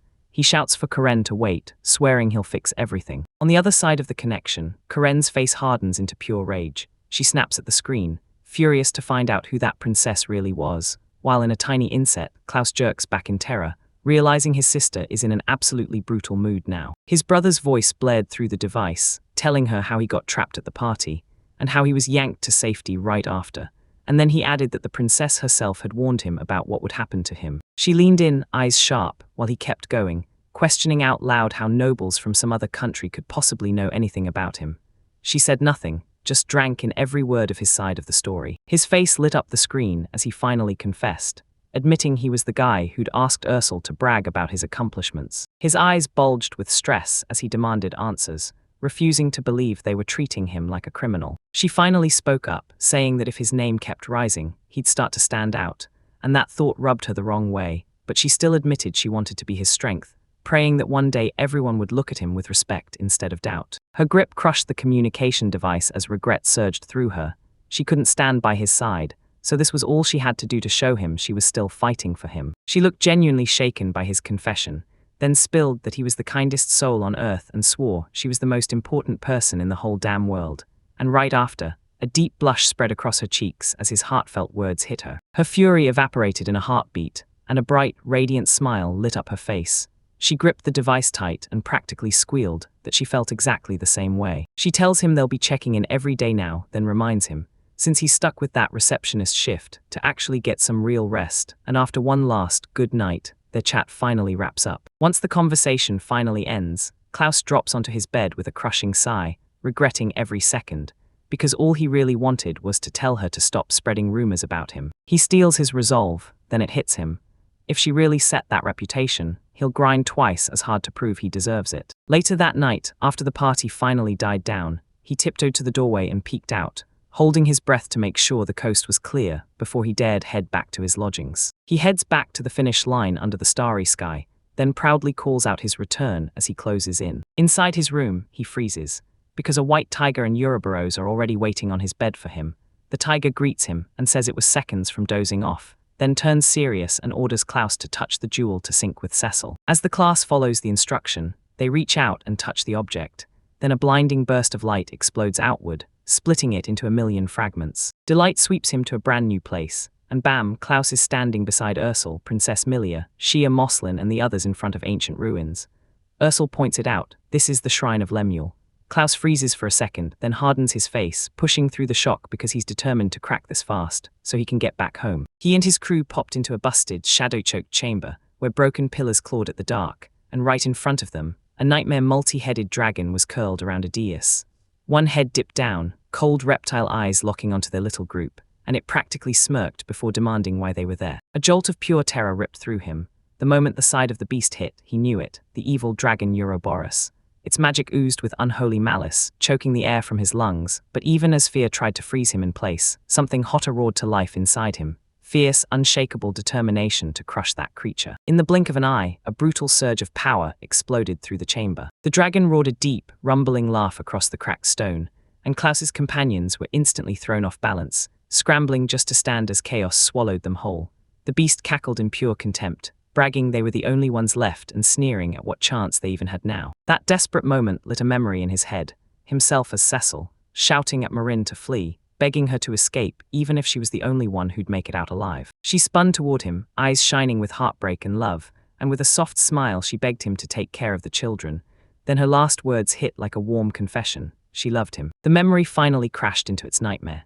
He stood frozen, powerless, as a blinding surge ripped through the space between them, yanking Marin and another young girl away, and his own voice rang inside his skull, howling her name in a desperate, futile scream as they disappeared. She stood there, totally frozen, as the colossal dragon in front of her ignited, its massive body wrapped in swirling bands of ethereal light.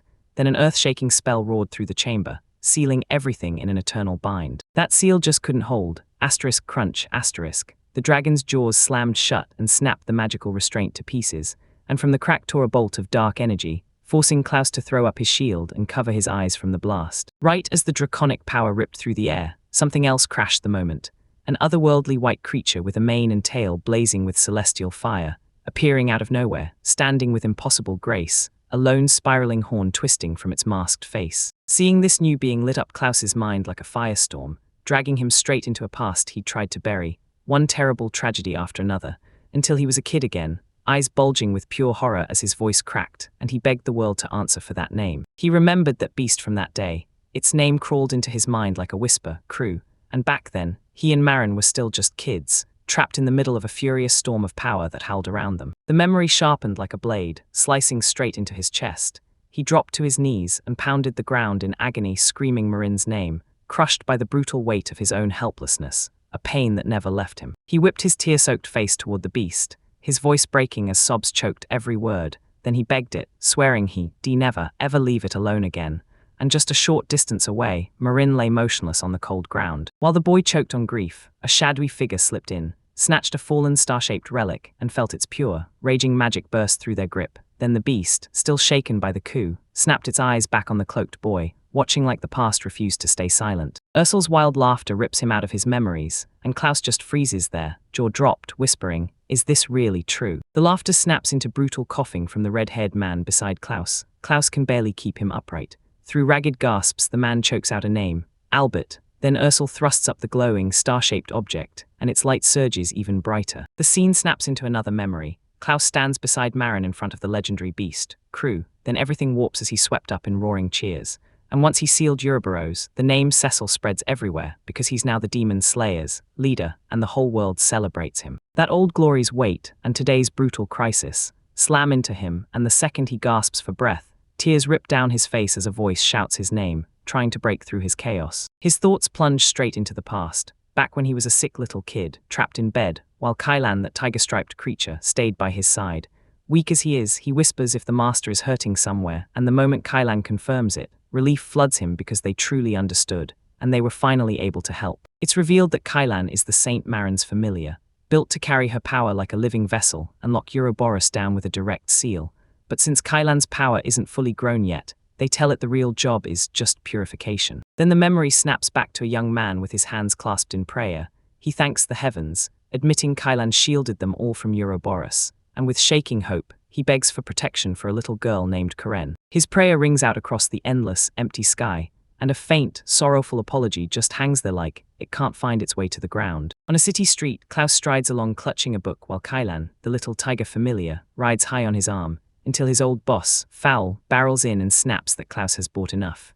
Fowl roars that they need to get back with the group, bitching that the teleportation magic tool costs a fortune, and that a plain carriage would have done the job. He snatches Klaus by the shoulder and barks his name, all impatient fury, while Klaus just shuts up, standing off to the side near Fowl, with his two subordinates lurking behind and watching. As the Falsmen rush in to haul Klaus back toward the magic core, a brutal shockwave explodes, sending him flying, while Princess Milia plants her hand forward, and her defensive magic is what fires the blast. That sudden interruption blasts everything into chaos, Fowl sputtering, total confusion as they demand, "What is going on here?" Then his subordinates, still reeling from the blast, snap with fury, "Who is that young woman?" She coolly asks if they were trying to snatch Klaus, then says she followed him because his presence drew her in, looking them over like judges. With a sharp stare, she declares they must be clueless for not recognizing what he's truly worth. Her commanding words shut him down cold, and right behind her, Klaus lets out a shaky breath, relieved she was suddenly okay. He stumbled to the ground, staring up in shock as Kailan sat beside him. Then Princess Milia leaned over, and with perfect formality, asked permission to help him with his sister. Her face brightens, and that smile pulls the fear right out of the air. She's ready to team up and hunt for Kailan together. Then Klaus, juggling the little tiger and the turtle-like Genbu, tilts his head and looks at her with pure hope sparking in his eyes. He studies the map with Princess Milia's intel steering him, while Alfred watches his every move and confirms it, because for the first time, he can actually feel Kailan's magical presence nearby. Klaus fires off a quick thank you to Alfred before the search, because Alfred's latest long-range communication devices are exactly what they need. Milia shrugs it off like it's no big deal, agreeing it's only natural for the faculty to hand over the equipment. With comms devices strapped on, Klaus barks the order to move out, and Alfred rallies everyone, now joined by the dark-haired adventurer, to split up and fan out across their assigned areas, one by one. She immediately nods and agrees. Alone in the thick woods, she pushes forward, then a violent rustle pops from a nearby bush, and she snaps her head toward it in an instant. Her eyes pop wide the second she sees it. She snatches the communicator to her ear and whispers, breathless, that she's found exactly what they've been searching for. Before her, a luminous mythical beast coils in a pool of water, blazing with otherworldly light, like it's been summoned for this exact moment. The adventurer's face tightens with iron resolve as she realizes they've finally met. She murmurs a secret word to her mother and declares, "It's my turn now," ready to chase duty all the way. Standing outside an inn, Selena stares at a tiny object in her palm, jaw set and eyes blazing. She's finally accepted her fate. She's clinging to that one last spark of resolve to become a Kailan, knowing this weight is hers alone, a message meant for Klaus and nobody else. Meanwhile, Alfred talks to Selena with a voice full of sincerity, begging her to let him and his crew stick close in case she needs them. And she, worn down but grateful, thanks him while apologizing for the headache she's dragging Hector into. Klaus leans in, practically buzzing, telling Karen he's already asked Selena for help. Karen's eyes light up, fists tight, and she can't hide her excitement about Selena, and about getting in on it herself. In that quiet bubble, Selena lifts her gaze, and a faint, determined smile flickers across her face. Just a little longer, that's all she promises herself. Deep in the woods, Klaus rockets across the trail on a white tiger, locks onto a distant figure, and shouts that he finally found her. Then the tiger roars at him to climb on and race, right now. As they surge closer, Klaus' mind spins. How on earth is he supposed to get the Iroko a scale? Still, he knows he has to try. And up ahead, Selena stands there, wrapped in a dark, ominous aura. A blinding flash detonates from where Selena stands, and Klaus throws his hands up to shield his eyes. Then the radiant energy spits out a tiny white mythical beast, horned and masked with a blazing core, materializing right out of a pool of water. Klaus can't help it. What is this light? Shock snaps into recognition. He spots the Keelan and bellows a name, then fires off an order without a second thought. "White tiger, bind it with your lightning." The great beast answers with a thunderous roar, readying itself to strike. I watched Kailan rocket off like a streak of white and fire, so fast it looked unreal, and the white tiger with Ouroboros immediately clocked its power. Beside them, the adventurer said the saint was now using Kailan's magic and pressed the question. Was Klaus really out to capture the creature? He snapped to the Kailan first, then barked orders at his crew, "You too now," and sent the white tiger and the little Jinbu sprinting ahead to cut off the mythical beast. Right before his guardians could reach their mark, the braided swordswoman burst through them and vaulted into the air. Then she snatched the Kailan mid-flight and vanished into the sky. She gaped in disbelief, yelling that it could fly. Then the woman beside him shot him a look and slid into action with a plan. She demanded a little time, promised she'd decatch the Kailan and bring back its scale for him, and said she just needed his trust. Klaus stared at her hard, saw that iron determination, and nodded, agreed. The braided swordswoman touched down nearby and whispered about Kailan's magic. Then she turned to Klaus with a soft smile, sorry for the interruption, like it was nothing at all, leaving him completely dumbfounded by how calm she was. The hidden woods swallowed the scene whole, and right beside it, the adventurer and the white tiger watched the exchange unfold. As they watched, the Kailan shot up again, and one thought pounded through its mind. Mother. The very next day, they rolled into the town of Hugh Dent, and Klaus stared at one of its buildings, relief hitting him hard for the help that had gotten him there. She spins back to Princess Milia and clocks her heavy, gloomy mood. Then he shoots in with a steady reassurance, telling her to stop brooding and promising, with confidence, that he'll be right back. As he tries to calm her, Shuya, an archer, clamps a steady grip on his arm, and Princess Milia's eyes spill with tears as she demands why her father won't let Shuya cross the border with him. Shuya cuts in right away, saying that as a guardian, his duty is to protect the holy beast and the demon lord. He grins warmly and snaps, of course, while Princess Milia looks up at him with pleading eyes, begging him not to forget her. A rush of color blooms across her cheeks, as she finally realizes she's gotten so used to him that it doesn't even scare her anymore. They trade farewells, step through the town gates together, and as the rest disappear from view, Princess Milia stays put, waving like she's trying to hold on to the moment a little longer. Their journey yanks them out of town and plunges them into a thick, lush forest, and thanks to the Duke of Seric's kindness, they don't go alone. They ride in with trusty companions, soaring atop massive adamantite beasts and a blazing white tiger. As they ride on, the braided swordswoman tells Klaus that the Clud family is right there in Woodville, and they've been lingering. Then she shoots him a sharp look, asking what's wrong, because he didn't even seem to know they were in Woodville. She raves about Tarold, a nation drenched in abundant nature, where the land itself feeds the people, so it's mostly self-sufficient, oddly isolationist, and barely trades with anyone beyond its borders. He turns to his companion and blurts out whether they can even get into a place like Tarold, and the headband-wearing woman snaps back that entry is brutal, since only the fairest ducal house and the guardians of the holy beasts have ever been granted special permission to stay since Cynifolia was founded. She adds that even the great saint's authority can't force them through. Right beside her, Shia stares ahead, already sensing there are even bigger problems waiting. They lock onto his gaze, and there it is, Reynold, sitting on the horizon. Then a voice blares out, "You've reached Reynold." On the shoreline, the sacred guardian and the holy beast Jinbu stand shoulder to shoulder, staring across the water at that mountainous island nation in the distance. As their boat slices over the water, Klaus and the crew lean in, staring at the land drawing nearer, their faces glowing with pure anticipation. He strides through a grand, traditional gate, staring up as the city's wild architecture towers over him, and soft petals float through the air like the place is alive. Inside, a local man steps up and greets them, staring at their clothes like they've never seen anything like it before, while Klaus and the headband-wearing woman keep sightseeing, totally mesmerized by the gorgeous, brand-new cityscape. As they stroll along, he clocks it. Almost every street corner is packed with men, and a weird, uncomfortable hesitation hits him. Why should he keep stepping ahead of one more man? Their guide somehow reads his mind and warns them. Outsiders like them are being watched.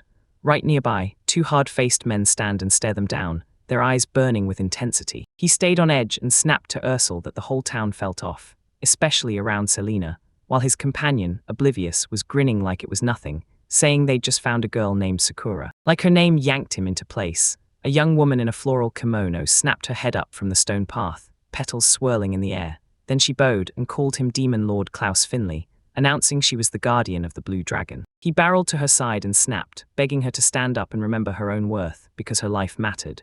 She blinked, stunned by his care, and then he spilled the truth. He hated being treated like he was above her, and he wanted her to stop acting like he wasn't her equal. Moved by his kindness, she praised him as a gracious master, then stepped forward and introduced herself, Sakura Ferris, guardian of the holy beast. As she spoke, Klaus couldn't stop staring because she looked a lot like Jinbu, and he wondered if she was another guardian from some far-off land. Once the introductions were done, Ursel grabbed his attention and told him to push forward, so they stormed up a long stone staircase, straight toward a traditional estate walled in bamboo. They pulled up to the residence, and before long, got seated on the open veranda, then dove right into a conversation with the people inside. While they were talking, Ursel leaned in and asked Sakura if she had any servants. She shook her head and said no, not a single one. Then Klaus jumped in, staring at the town like something was off, and pointed out that everyone around them was men and demanded to know why. She told me that in Terald, everyone knows men belong out there working while women stay home to protect it, and that cold rule is exactly why women from abroad, like her, get treated like outsiders. As she talked, Ursel snapped that Sakura was an insanely skilled guardian, and he swore she was the perfect pick for anything that had to be handled beyond these walls. Then Klaus nodded, admitting that he and his crew couldn't stand the locals' non-stop stares anymore. Next, a steaming cup of tea was shoved into her hands, and she couldn't help thinking, back home, women like Karen and Selena worked just like she did, but here, nobody bothered to give them credit.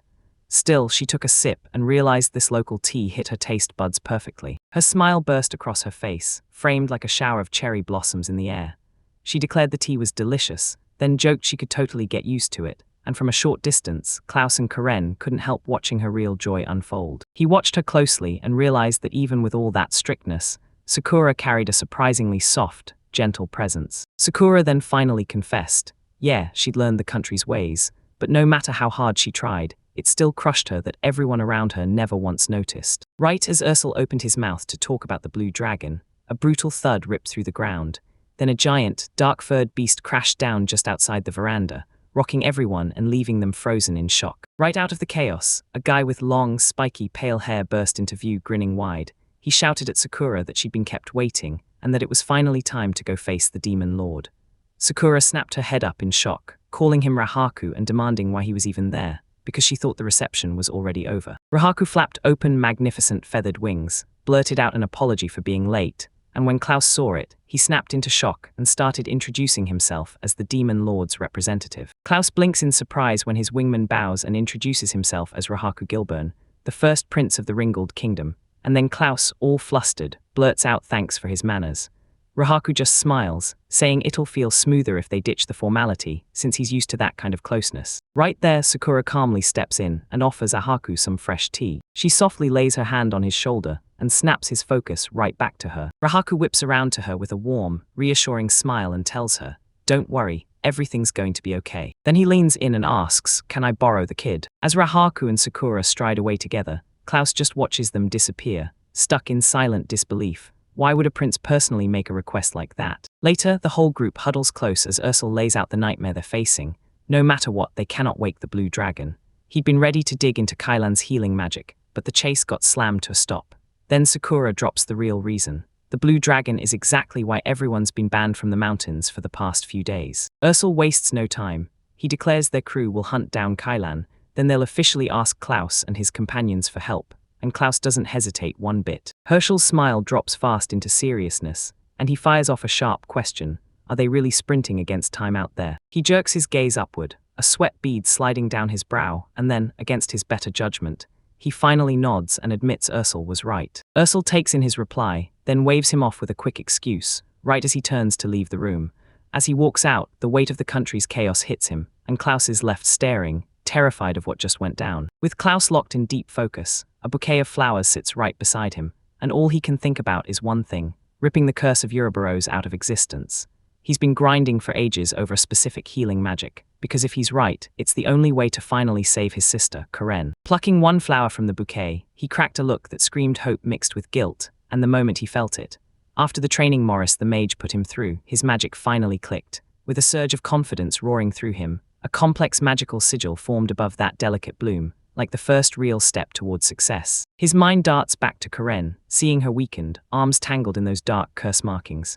So he knows this flower is his closest shot at recreating her affliction, and with laser focus he pours his magic into the stem, tweaks its wavelength to copy the life drain of the curse, and the moment it hits, the flower locks up solid with a loud, unmistakable click. This experiment is the payoff of countless hours buried in ancient texts, and he's been dissecting the curse with razor focus, watching it choke the life out of people by clogging the body's own vessels, just like a deadly blood blockage. He finished scanning the cursed flower with magic, and now it's time. He has to pour his own healing magic into the object, right through the danger. A gentle glow starts to flare from his palm. A brilliant burst of light erupts from his hands as he fires off his power. Then the truth hits fast. It's not just about drowning the flower in magic. The curse's own vile energy has to be ripped out and burned away, and even then, the flower stays stubbornly petrified, screaming how brutal this task really is. Elsewhere, a magical communication device sits on a soft pillow, and through it Klaus' voice rings out with iron resolve. He's doing this for Karen, using his own power, not Kylan's. In her own room, Karen grips the device like it's her lifeline. Worry gnaws at her when the silence drops, and all she can think about is how badly she wants to see her brother again. Then a chilling question slashes through her head. If they weren't tied by blood, would he still treat her like his precious sister? That awkward, panicked message blared from the communication device, and it hit Klaus like a lightning strike. He stared at it, then shouted sorry to Karen, his voice shaking with full-on alarm. In her room, Karen snapped back to her senses fast, admitting she'd just had a brief blackout because it was already late. Then she let out a gentle smile and told him it was an old line she used to say as a kid. She sighed about how swamped she was, insisting 24 hours in a day still wasn't nearly enough, and she confessed, right then, that she'd worked herself to the bone to master healing magic. He chuckled through the device and admitted he still remembered how her little girl self once swore she'd be his bride. Then he smiled like, man, back then Karen was so honest and adorable.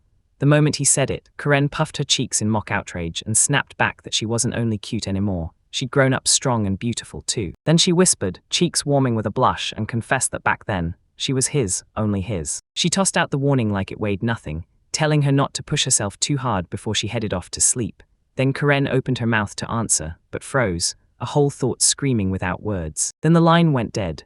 She jerked her head up, cheeks burning as his words finally hit her. What did that even mean? Panic made her bury her face in her pillow, and a terrifying thought blossomed fast. Was he trying to say that was exactly his plan? She thrashed in her bed, totally rattled because the thought wouldn't leave her. What if she confessed, and he just accepted it with zero drama?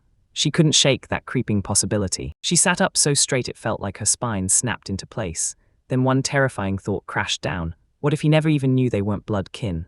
The truth slammed into her like lightning, and she knew she had to uncover it for real. Klaus tells his crew, Kylan's still missing, but the moment we find it, its flying ability could be the key to everything. And Ursel just grimaces with tired eyes while Alfred stays stone still. As they push deeper into the forest, Serafina declares, "We're here," and catches Klaus off guard.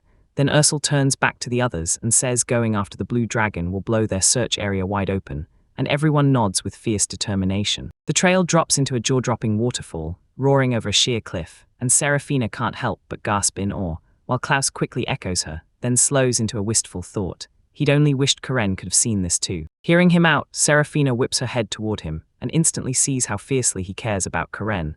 Then she gives a gentle, sincere nod and a small, warm smile back. Moments later, right as the clearing went quiet, Kylan suddenly growled. Something unfamiliar was close. Klaus didn't break his focus. He insisted the blue dragon was nearby, and he wouldn't let the interruption shake him. The moment he speaks, the forest erupts. An absolutely massive blue dragon tears out of the trees, and the sheer size and power leave everyone staring in pure awe. The second the creature shows up, Ursel lunges forward, shouting that he's going to cast a spell and bring that dragon crashing down, while Klaus panics, because he can't feel a single hint of hostility, just raw magic power, right as Kylan yells for its master. Before anyone else can react, Sakura and Rahako step straight into the path between the group and the dragon. Rahako shouts that they're going to lure it away, and Sakura yanks her blade free just as the blue beast lunges. Serafina's face twists with terror, terrified one strike will wreak disaster while Klaus is stuck in stunned silence. And then Uroboros roars, its magic is getting shut down, and he can't believe it because the dragon looks like it might be going berserk. Sakura flashes a fierce grin and blasts off her absolute sky sword technique, screaming at the blue dragon to crash into the earth, while Rahaku rockets through the air overhead, closing in fast on the beast. That brutal strike rockets the dragon tumbling through the sky, and it screams in pure agony. Klaus freezes, stunned that she swings a blade this massive like it's nothing. Alfred roars his approval, and Rahaku barks at Jinbu to guard everyone down on the ground. He realizes his consciousness can't disconnect enough to reach the dragon, so it's useless for direct contact, and then he spots it. Sakura and Rahaku are teaming up, luring the beast down from the sky, while Alpha backs the plan right beside him. He snatches the opening and drives the white tiger forward, yelling at it to move. Now, he orders the beast to lock onto the blue dragon's gaze and vows they'll charge into it together. It roars back at him and rockets skyward with a brutal leap.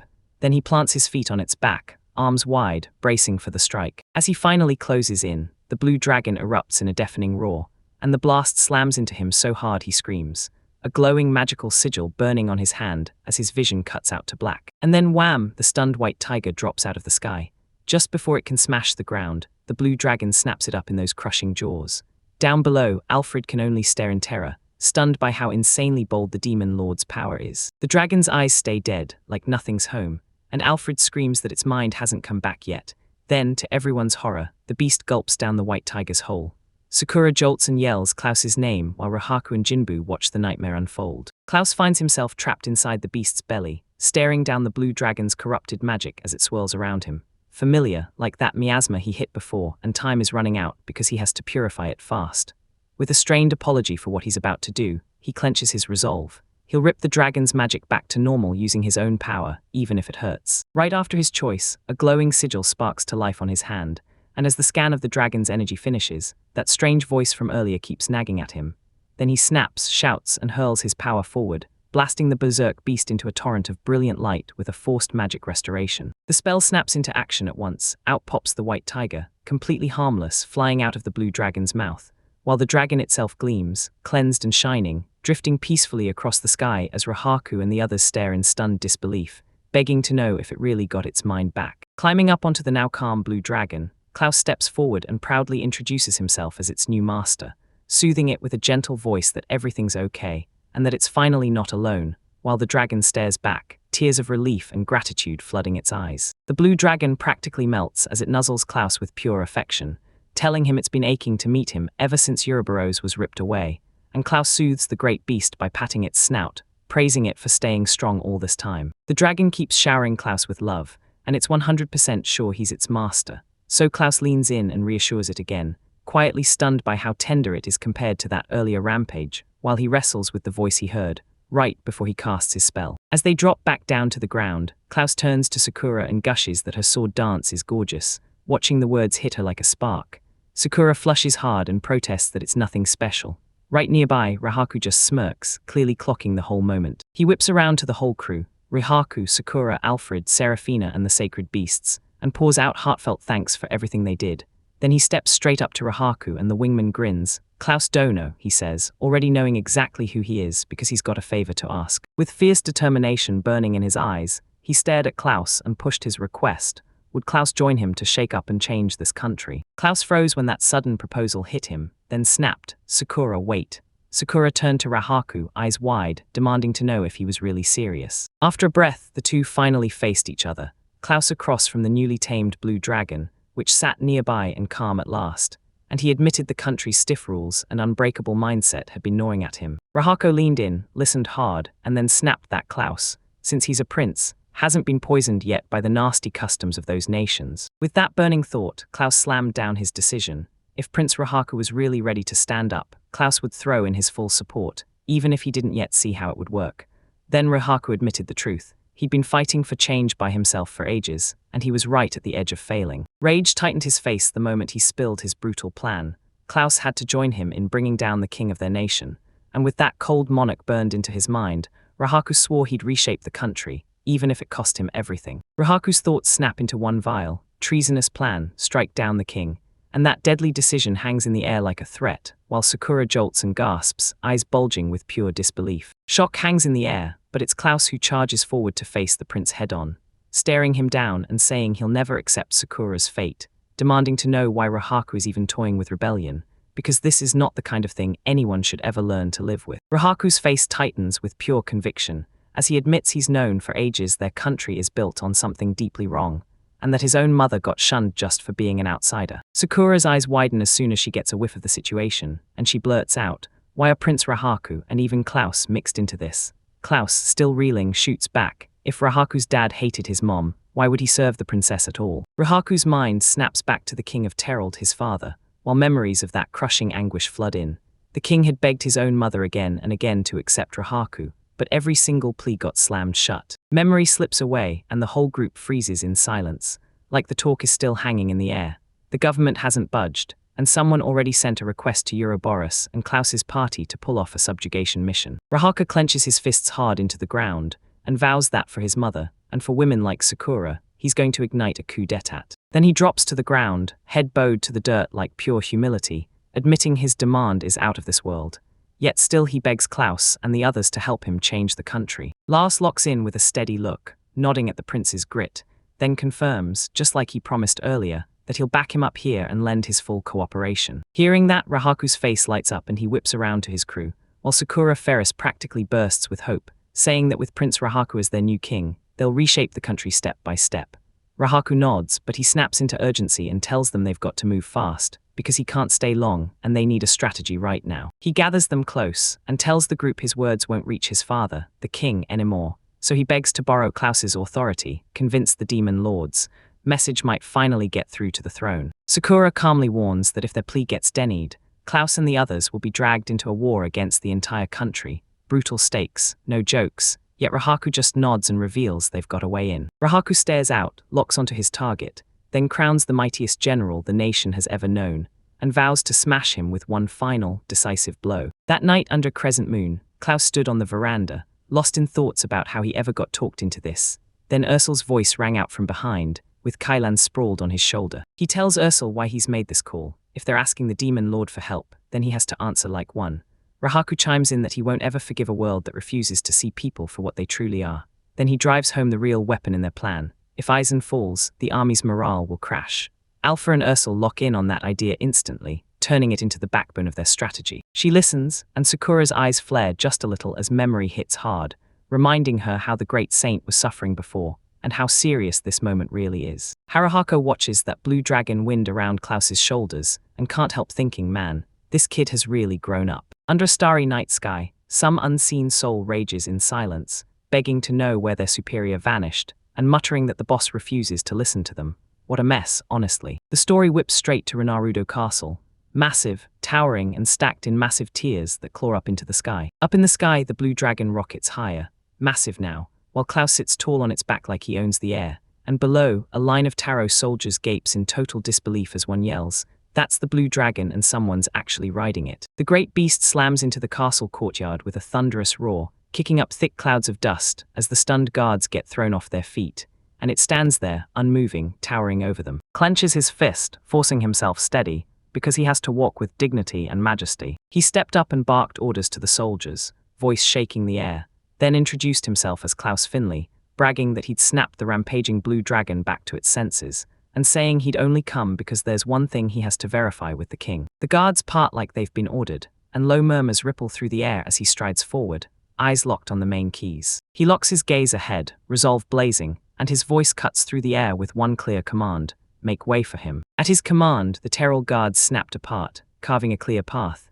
Then he strode forward with unstoppable purpose between the ranks. His charge grinds to a stop when a voice calls out to him. Then the speaker drops the truth. Just like the great saint's letter promised, he's confirmed the demon emperors are real. An elegant man draped in ornate robes drops to his knees, slams his hand on the sword hilt, and declares himself, Eisencrowd, a general serving the nation of Terrell. He stares down at the kneeling general, and says this isn't the welcome he imagined, then makes it clear his only goal is to get an audience with the king. Eisencrowd shot him a nod, telling him everything was clear, then said he'd already delivered the message to his majesty, and even bowed his head to apologize for any rudeness it might have seemed like. Once all the formalities were done, he shot a look, tipped his chin, and waved Klaus toward the open doors of the keep. Then he beckoned him to follow. Right over Klaus's shoulder, that little blue dragon peered out, brimming with nervous, bubbling excitement. Meanwhile, from a far-off spot, a whole crew watches the chaos unfold. Alfred squints through his spyglass and finally exhales, smiling because Klaus is safe, while Shiamo Islin beside him frets and points out just how painfully obvious Klaus is being. He stared at the far-off castle and realized this was their opening. Now they could move first and stay one step ahead of his father. Alpha pressed Shuya, asking if he was ready to back Prince Rahaku, then, just as Klaus showed up at the castle, told them to relay the signal immediately. As her plans clicked into place, Sakura Ferris got swallowed by her own thoughts. She couldn't forget that man from another land, the one who adored his wife but still chased plenty of other women, and it hit her hard. She wouldn't let things stay the way they were, just like Klaus warned. Shuya met her resolve with stone-hard determination, telling her that if the king wouldn't budge, they'd have to keep pressing, no matter what. Then he swore it, solemn as death. If it ever came to it, he would be the one to take his own father's head. And with those words hanging in the air, he shoved them forward to move. At that exact moment, right in the grand entrance of Reynolds Castle, a guard's voice thundered through the halls. Klaus Finley, the demon emperor, had arrived. They marched him down a long, echoing hall into a massive audience chamber, and at the far end, one lone figure was waiting, right there, like they'd been expecting him. That guy with the killer top knot stepped out, flashed a huge grin, and introduced himself as Osraba Karkar from the Reynolds Kingdom. Then he bowed up and thanked Klaus for calming the holy beast. Osraba Katka told him a banquet was set in his honor and begged him to kick back, but Klaus shut it down, said he didn't need a feast, because something way more important was waiting for him to confirm. His eyes snapped across the packed court as he fired off a sharp question. Did they even realize Sakura Faris, the Blue Dragon's guardian, had been living out her days where no one truly saw her or took care of her? He slams his statement down to the stunt court, declaring that for a woman like Sakura, the way they're handling this right now is exactly what his country would do. Osrabakaka tries to talk him down, insisting that guarding her is a man's job in the simplest sense, and he fires back, asking Klaus, the demon lord, if he even grasps that core idea. That smug, condescending jab hits Klaus like lightning. Rage surges in his eyes as the truth crashes down. They didn't lose his companion at all. They locked her away simply because she's a woman. Unfazed by Klaus's reaction, Osrabakaka shrugs it off and says, "That's just how things are in our country, people accept it." Then he leans in and asks, "So are you really convinced?" He shoots down the official's excuse with a cold, bored stare, whips his head around, and yells out a totally different name, Prince Rahaku. Right on cue, the grand doors burst open and Prince Rahaku strides in, flanked by his guards. Osrabakaka just stares, stunned, as the prince calls him out and declares that he carried out the demon lord's message exactly as he was told. Then he strides forward and slams down a stack of documents. Rahaku explains they're packed with testimonies and investigative reports about Sakura's treatment since she arrived, plus petitions from other women desperate to work, only for the courtroom to explode, demanding proof and throwing the papers out. The moment the challenge hits, Osrabakak's composure shatters. He snaps and roars that women are nothing but patient children, the same as livestock, meant to stay home and shut up. And when Rahaku hears it, he stares at his father with pure, crushing disappointment, calling it a damn shame. He lifts his voice and lets the whole hall hear it. When Osrabakaka and Rahaka Gilvan are impeached, he declares the first prince is stepping in as Rittel's new king. Strike, the word hit his father like a physical blow, and Osraba snapped his eyes wide in pure rage, face twisting as sweat poured, his mind failing to even understand the sheer audacity of the coup. The shock snaps into explosive rage. "You're a disgrace," he screams, jabbing a trembling finger at them, then orders his royal guard to snatch those insolent intruders right now. On the king's orders, the guards snap their blades up together, steel shrieks in the air. Then they lock into a tight circle around Klaus, Rahaku, and their friends. Pinned in, Klaus turns to Rahaku and says, calm as ice, that his father started this fight, so he'll deal with every enemy inside the castle. Rahaku nods and promises he'll handle the rest, and together they set up to meet in the courtyard. Plans locked in, Klaus erupts, shouting, "Blue Dragon." Then he orders every allied soldier to drop into the courtyard right now. The great beast answers the moment its master calls, blazing into the throne room and smashing straight through. Guards go flying, the whole court erupts into panic, and Rahaka just stares, stunned in awe. Blue lightning and wreckage explode as the dragon plows through the facade, and Klaus and Rahako vault onto its back, right as Osrabakaka bellows for them to wait. Too late, they're already in the air, tearing through the chaos and sparking rebellion. In a brand new courtyard he'd never seen before, Klaus bellowed for his allies, calling out the names of two holy beasts, while Jinbu and Bayako, a colossal white dragon, coiled behind him and a massive white tiger waited at his side, both charging into view before a line of armed soldiers. Just when you think it can't get any bigger, the colossal turtle Jinbu stomps in full force, no hesitation, while Bayako sits perched atop the white tiger, with Serafina riding shotgun. Together they square up to the tarred soldiers, and those poor guys can only freeze, gaping in stunned silence as this power show crashes down on them. From the ranks of soldiers, a goateed man named Eisenkraut strides forward with a smug grin, blurting that he never thought he'd live to see something like this, while Klaus whips his head back with worry, sweating hard as he realizes this isn't as simple as it looks. Eisen squares his shoulders and introduces himself as the nation's shogun, saying his rank won't let him stand by and watch. Then Klaus answers straight to the point by raising a glowing magical crest that flashes his abilities, his limit break, and his divine awakening. Eyes shot back a determined look, practically begging for a match to see what Klaus could really do, his resolve steel-hard as the moment hit. Klaus locked eyes with him and vowed he'd take the challenge. In the middle of a massive courtyard, the duel is about to ignite. Klaus and Eisenkraut stand toe-to-toe while Tarold soldiers ring them in, and Eisenkraut smirks like it's already over, because with the demon emperor on his side, he's sure victory is guaranteed. Klaus suddenly bellows, staring with wide-eyed shock. Then Eisen snaps at him to quit daydreaming and get to work. The sparring guards thrum in the background as the whole place echoes. Eisen blurts out an apology, admitting he's so rattled he can't stay calm, and Klaus nods quietly like, "Yeah, I'm feeling it too." He breaks into hearty laughter at Klaus's way of speaking, then slaps down a bold promise. If Klaus keeps pace with him, they'll claim victory. He keeps going, clocking how Klaus seems skittish, but shrugging it off like it changes nothing. because from this moment on, he proclaims them comrades. Klaus just watches, visibly rattled by the man's loud, unstoppable energy. Then Eisen grills Klaus, asking if he's got a weapon, and Klaus just smirks, saying he is the weapon.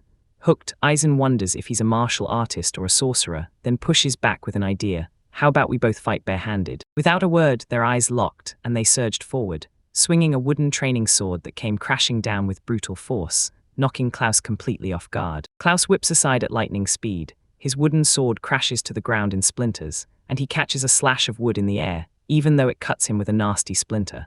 His opponent locks eyes on him, stunned, while Klaus realizes the truth is already out. This guy knows the secret in his palm, and he's no sorcerer. He scrambles for an opening as those relentless eyes lock on, and the boy's wooden sword keeps crashing toward him, forcing him to back up and stay out of range. The wooden blade whips through the air, and Eisen snarls about why Klaus isn't using magic, catching Klaus completely off guard, because Eisen is trying to shut down every spell he can cast. But when he finally tries to react, the blade's flat smacks him dead in the back. The hit knocks the breath out of him, and in a jolt he realizes he's been slashed, blood already pouring out. He grabs his chest, stunned by how insanely fast he's healing. The deep wound is already sealed up, but even with that win in his pocket, he realizes he still can't read any pattern in Eisen's attacks he could use. His opponent spots the rapid healing, eyes narrowing with a smirk, and blurts that fighting while recovering that fast can't be easy. Then he slams the attack even harder. He realizes that grinding his body past the edge while he's healing will snap it in half, so he has to end this fight fast before more damage hits. Then a faint magical sigil flickers to life on his chest as he gears up for his next move. As Eisen slips the next brutal swing, he snaps that this whole mess is impossible to survive, but Klaus doesn't flinch. He slams his hand to the ground, and a tangled magic circle blooms beneath him as he declares his next strike. Claws in his eyes, and the speed hits like a punch. He fires off the Thunder God strike, a lightning-laced devastation, and right as it connects, Klaus' spell detonates too, blasting up a monstrous wall of jagged eyes that slams straight into the electrified blow. When the lightning and ice finally calm down, Klaus slams his hand into the ground. Bam! A blazing magical sigil lights up as he fires off absolute zero blood, freezing the moisture in the soil in an instant. The moment the spell hits, Eisen jerks as he looks down. His feet are already sealed in jagged ice, locking him in place like a trap snapping shut. Right as he realizes he's been caught, Klaus rockets forward. He rockets forward in a blink, and a crackling sphere of magic blooms in his open palm. Then, as his target is pinned in place, he shoots out a triumphant line. He made it just in time. Klaus drives the power orb straight into Eisen's chest, and the impact slams him down so hard that, teeth clenched, Klaus can only confirm his opponent is out cold. That brutal blow hurls Eisen backward onto the dusty ground, his sword skidding away and clattering beside him. Klaus stands over him, breathing hard, sealing the win. Sakura Ferris watches from the sidelines, frozen in stunned disbelief, as her mouth keeps repeating lines and tossing names around like she's trying to make sense of it, because she can't process that the duel just ended like that. Shock hits the surrounding soldiers hard. They rally on the spot, refusing to fold, and they shout that they're Reynolds' men, ready to fight to the last breath. Klaus slams the moment down, barking for them to stop and warning them they've got no chance against the White Tigers. His words crash to a stop when Eisen jerks upright, grips his head, and groans that he's got a pounding headache, while Klaus just stares in total shock, stunned by how anyone could bounce back like that all on their own. He gapes in disbelief as Eisenkraut stands there, fully back on his feet. Then the warrior turns his back and declares, with zero will left, that he's done fighting. He lets out a heavy sigh, staring at the man crumpled on the ground. He knew it, the gap in power was total.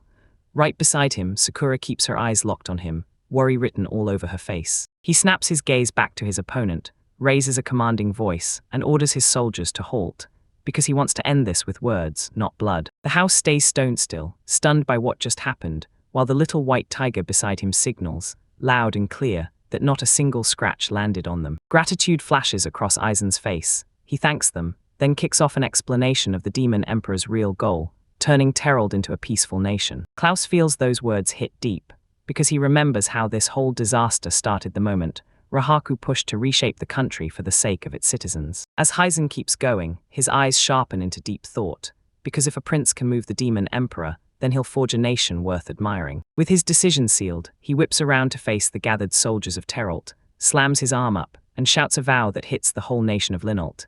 He pledges himself to Prince Rahaku, calling him the rightful new king. He dropped to his knees in the grass, and his pledge rang out like a vow. Before Klaus even finished arriving, he formally introduced himself as Eisenkraut, threw his life on the line, and swore his loyalty without hesitation. Laos hesitated, staring like he couldn't believe it, and asked if Aizen was really sure.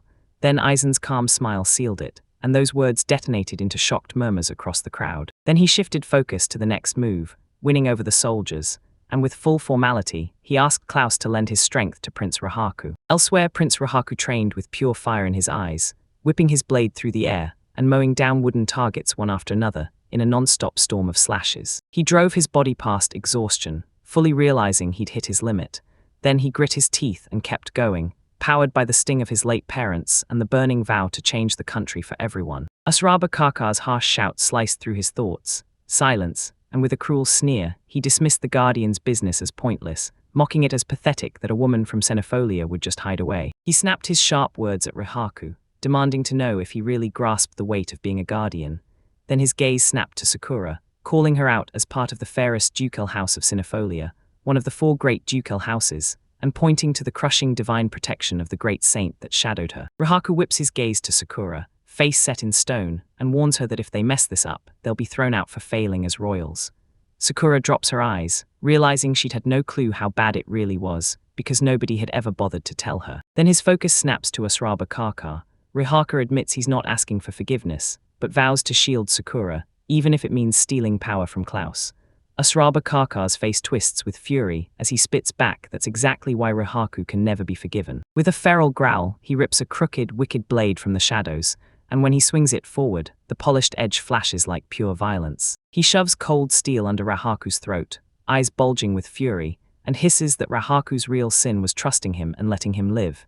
Yet Rahaku stares right back, unshaken. Without flinching, Rahaku speaks up in a calm voice and offers one heavy, solemn apology. He stays perfectly frozen, swallowing the threat as Roba Karkar towers over him, the blade pressing in like death on repeat. Then bam, his calm shatters as a memory hits him hard.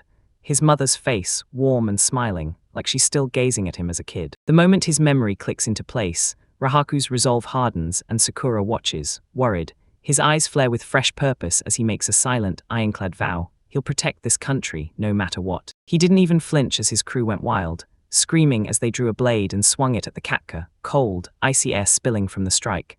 But Rahaku just stared them down, unshaken and locked in. A heavy, wet thud crashed through the sudden darkness. Right there, the weight of his resolve finally hit back. Snow whirls as a firework detonates above the towering pagoda, blazing a finish line signal for the whole conflict.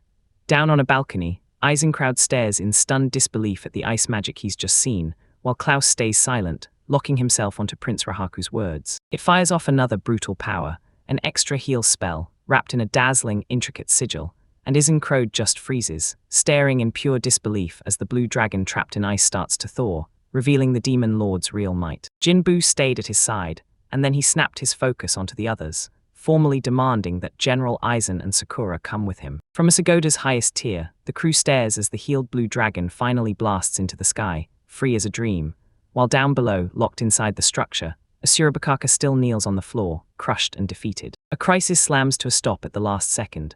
Eisenkraut snaps around to Prince Rahaku, face grim, and demands straight up whether it was the prince who killed the king. Haku finally admits the demon lord swayed him, then shows up realizing the king doesn't care about the country's future anymore, so he drops to apologize for not sounding the alarm sooner. Crouched on the floor, Usraba Kaka sighs with defeat and admits it. His mom drilled ice magic and swordsmanship into him, then he grimaces, because when it comes to facing the general's razor-sharp skills, he's outmatched, plain and simple. Rahaku slams a hand over his heart, vowing that starting today he'll reshape the country. Then Klaus nods right along, saying if the prince's feelings don't waver, his loyalty won't either. Eisenkraut clamps down on Rahaku's arm with iron certainty, his face set like stone. Then Rahaku declares that for the country's future, Eisen has to follow him as king, and Eisen doesn't even blink before agreeing. He snaps his focus to Klaus and Sakura, demanding they hear his plan for the soldiers. Klaus just watches with a flat, neutral face, then asks what he's going to do next. Rahaku admits to Eisen that cracking the people's fixed mindset won't be easy, and Eisen nods right back, because he knows the change will be a brutal, long grind. Even with the odds stacked against them, Sakura whips around with a steady, unshakable voice and declares they have no choice, they've got to do it. Rahaku blurts her name, stunned by how fiercely she cut in. Resolve lights a fire under Rahaku. He stares at her, voice burning with passion, and begs her to stay close and help him forge a nation where freedom belongs to everyone. But after seeing the whole exchange, Klaus grins wide, declares that his journey is finally over, and thanks everyone. Then Rahaka drops into a deep bow, overflowing with gratitude. Taku then grabs Klaus's hand, swears with trembling conviction to forge a nation where he can live free, begging him to just hold on and wait for that day to arrive, while everyone in the group watches in silence as the vow lands. He gazes up at the sky, and calm realization sweeps across his face. This is it. The future of a brand new nation is finally in their hands. As the blue dragon ripped into the sky and vanished from the grand pagoda of Terald, he gave it everything he had, like that was the last shot. Down on the streets, Ouroboros watched the team disappear into the distance, then told the others it was the most magnificent battle imaginable. As the group kept moving, Alpha leaned in and gushed that Klaus was seriously impressive, and she nodded along like, yep, for real. Then she clocked it. Klaus was moving even sharper than during their sparring. Klaus caught every word and just said, "Good, I'm glad to hear it." His tiny draconic buddy sat on his shoulder and suddenly blurted, "Master," then demanded praise for its hard work. He chuckled, stroking the creature's head with pure affection, and right as he did, its familiar body split apart and crumbled into floating specks of light, while in his other hand, that dark, crystalline thing began to throb with power. His sudden disappearance jerked everyone to a halt, and Alfred and Shia both blurted out his name in panic. Energy blasted through Klaus like a comet, only he didn't fall. He slammed down square on the back of the now fully grown blue dragon that appeared in a flash, and when he glanced at his hands, pure awe broke into a wide, amazed smile. Elsewhere, Luna, young and trembling, clutched a crystalline relic like it was her last lifeline, eyes blazing with urgency, and then a vision tore open in front of her. The blue dragon with a rider, right alongside Nina. Luna swore it was the sacred beast's memory after Cecil's death and begged Nina not to forget. Cecil, the man everyone knows, froze in stunned disbelief as he saw it all click. Luna and Nina were his and Marin's daughters, and they'd grown so much. Then the horror hit Kylan, the sacred beast, thrashed in agony, twisted by Ouroboros's dark corruption. Cecil let out Kylan's name in total despair. Luna said they had no choice but to step in for their father, and then she threw the question straight into the room. Cecil was dead, right? Before Cecil could even catch up, Nina's face hardened as she declared, cold and unbreakable, that Luna was being dragged into fate as the next great saint of Cynofolia. Then it hit him, their parents would never be told that Ouroboros was broken. Their job was clear, pass the role on and seal Ouroboros from inside their mother. And the crushing weight of that inherited duty slammed into his chest. Nina practically begged Luna to pass that love down to her future husband and kids. Then Luna erupted in tears, snarling that she wouldn't be anyone's great saint. And when it all crashed down on her, she broke and shouted for her older sister, her voice shaking with pure heartbreak. Mina shrank back in heartbroken dread as the corrupted Kylan surged forward, its body contorting under dark energy, and she kept shouting her sister's name like pleading could drag her out. When the attack hit, Luna didn't flinch. She planted her feet, slammed her hand onto the beast's head, and unleashed the eternal seal like a death sentence. With the seal locked in, the tainted creature finally crumpled, like its corruption had nothing left to cling to. The Marines fought through the fading magic, and soon it began to dissolve. Out of what was left, Luna's power surged and forged a brand new Kylan, pure, small, and untouched. The second the vision shattered, Klaus snapped awake in his bed, choking on a gasp, his eyes flying to the wooden ceiling as that blazing memory slammed back into his head. Meanwhile, his little dragon familiar slept at the foot of the bed, totally unbothered. He jolts awake to the chirping birds, blinking as morning sunlight pours through the window, and there he is, tucked into a bed like someone rescued him. It hits him fast. His companions must have carried him here. He glances over and spots Kylan, Ouroboros, and the little dragon curled up on the covers beside him, and when a bowl of water lands on the nightstand, he murmurs a soft thanks to them all. He slurps a gulp of water, heart hammering, a bead of sweat sliding down his brow as his mind tries to make sense of the crazy wave of information the dreams just dumped on him. His mind snapped back to Luna's vision, and then everything clicked. This Kylan was Marin's true original companion at all. He was a successor, a new bearer of the magic needed to wield the sacred sword, just like Luna once did. The truth was way darker than the story he'd been sold. The moment he sees his daughters standing in front of that corrupted beast, the truth hits like a blow. Ouroboros's power is too massive to ever be contained, not even with Kylan beside him. This duty isn't some heroic quest, it's a brutal cycle of sacrifice that keeps repeating generation after generation. Ouroboros' sickening pattern clicks in his head as his teeth grind. Every time it gets revived, the saints scramble to seal it again, only to get wiped out in the process, over and over, generation after generation, yet they never, ever quit. The name Ouroboros slams into his mind, now laced with raw hatred. His hand clenches into a fist and fire burns in his eyes as pure resolve takes over. He'll be the one to finally bring it down. Then his focus snaps back. One sharp question hits him hard. How much does Selena really know? He grills her about her motives, because did Selena already know his dark past when she begged for his help finding Kailan? And what about her mother? Was she a saint, trapped in the same brutal loop? The past hits him like a crushing wave. Luna's memory, the real Kailan, and everything he can't outrun. He bursts out of his room, the bombshell about Keelan still roaring in his head, and with answers burning in him, he tears down the hall, slams his fist on a door and shouts, "Selena." But the room's empty. Selena's gone, standing in dead silence deep inside a thick forest, staring down from above at the town and the coast beyond. You catch her in the woods, yelling his name while he barrels through the trees, and when Selena whips around, that knowing smile says it all, "Keep your eyes wide open." She confirms he's finally awakened, and the second she speaks, the little round device in her hand snaps shut with a sharp click. Far away, a matching device starts chiming, right as Karen Finley steps into a sunlit street, her face flipping from calm to full concern, while she stares down at the communicator in her hands. The device keeps blaring from the nightstand beside an untouched, perfectly made bed, and Karen grabs it, then blurts out, "Why hasn't my brother woken up yet?" She clamps the communicator to her chest, eyes shut tight as a silent wish claws at her heart. She can't wait to see Klaus, her beloved, because their reunion window is almost up. Fowl snaps at his companions, raging with impatience. No one's heading back.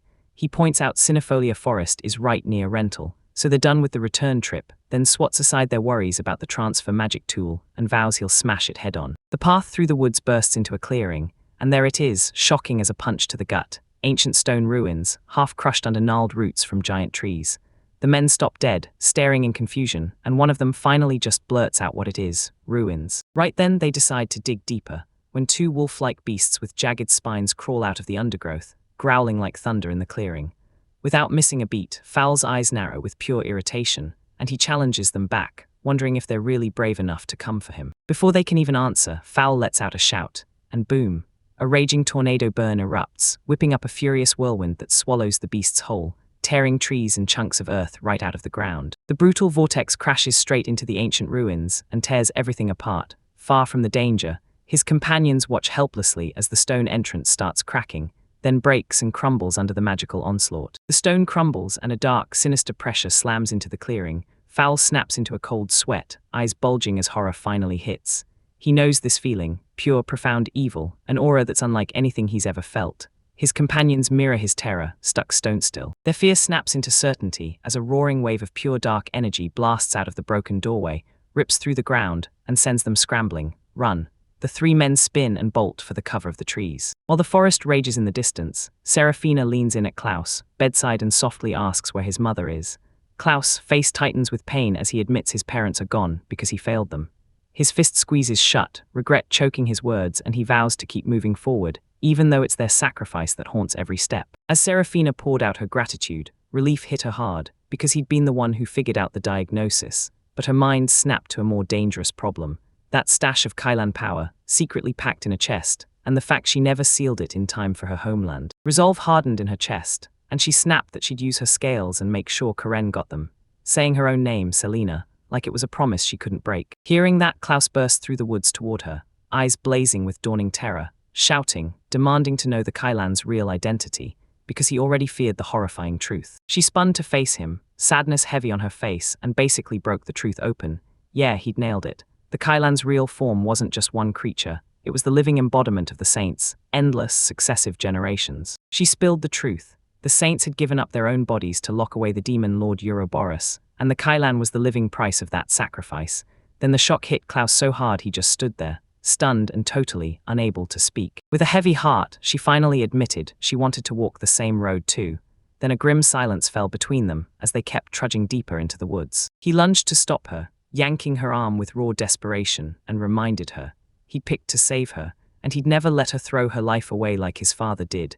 Then he snapped that she had no idea what it feels like for the ones left behind. His words slammed into her, but her resolve only sharpened. She snapped back that she had no obligation to stand as a pillar for everyone, and that Karen would never ask for something like that. With her voice cracking higher, she swore that her only true wish was for Karen to become his real family, and she would make it happen, no matter what she had to sacrifice. His hand stayed trapped in hers, but then everything ripped apart, because the world started to violently buck and roar. A hulking, pitch-black, cross-shaped monster blasted out of the ground, smashing Klaus and Serafina sideways, and he shouted her name like it might be the last thing he ever could. When the shaking finally eased, Serafina blew a razor-sharp whistle, and up ahead, an insane pillar of black energy blasted skyward. Klaus and his companion went wide-eyed below, shouting for Serafina and Karen as the whole world seemed to hold its breath. Horror sparked in their voices, because out of nowhere, another young woman screamed an alarm as a stony skin tore across her arms, petrification racing like lightning. Klaus saw the dark energy in the distance and lunged, shouting Serafina's name, but dread hit him hard. He'd never make it in time to stop whatever she was about to do. He shot his hand out and yelled for her to wait, but from her spot, a brutal, circular blast of energy detonated, hurling him backward through the air. As he got flung through the air, his thoughts tore into one brutal question. Was it really worth losing Serafina just to heal Karen? His fist snapped tight in the air, grit setting in his bones. He wouldn't accept that terrible bargain. He was going to save them both. Meanwhile, Serafina stood before her crew and laid it all out.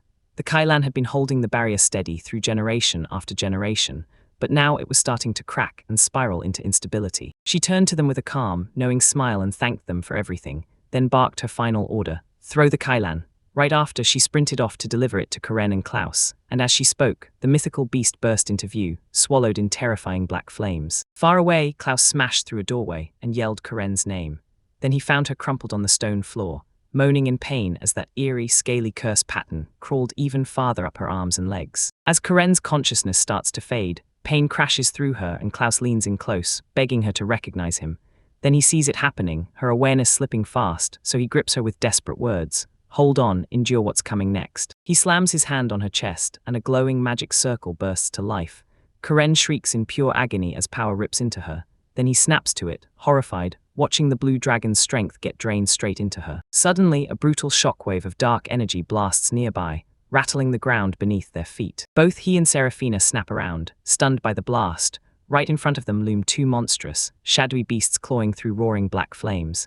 Serafina gasps one trembling word: Ouroboros. As corrupted Kailan roars, Serafina's face hardens, teeth clenched, eyes blazing, demanding out loud how much longer Ouroboros plans to keep tormenting them. Her mind drifts to a memory of a grassy field, and she cries out for her mother, her voice trembling with sorrow as she finally confesses how long and brutal her journey has been, and how she's faced it all alone. Balancing on the beast's back, she flashes back to her mother's promise that Klaus would be the one to save Karen and the world. She used to crave that quiet tomorrow, but now her fists tighten and she vows, no more waiting. It's my turn to act. Her tiny dragon familiar pops into view and snaps at her to stop being reckless. She's running out of time. Serafina doesn't listen. She just silently begs Klaus to hold on a little longer. As her world crumbles into black, Karen's last thought slices through her heart. She wished she'd had the chance to marry Klaus. She tilts her head up at Klaus, her voice shaking but still steady, and begs him to be happy, only to watch his eyes blow wide with panic as he blurts, anything for you. Then he vows it in one breath, he'll even marry her. He clamps his grip on her hand, but she calmly yanks free.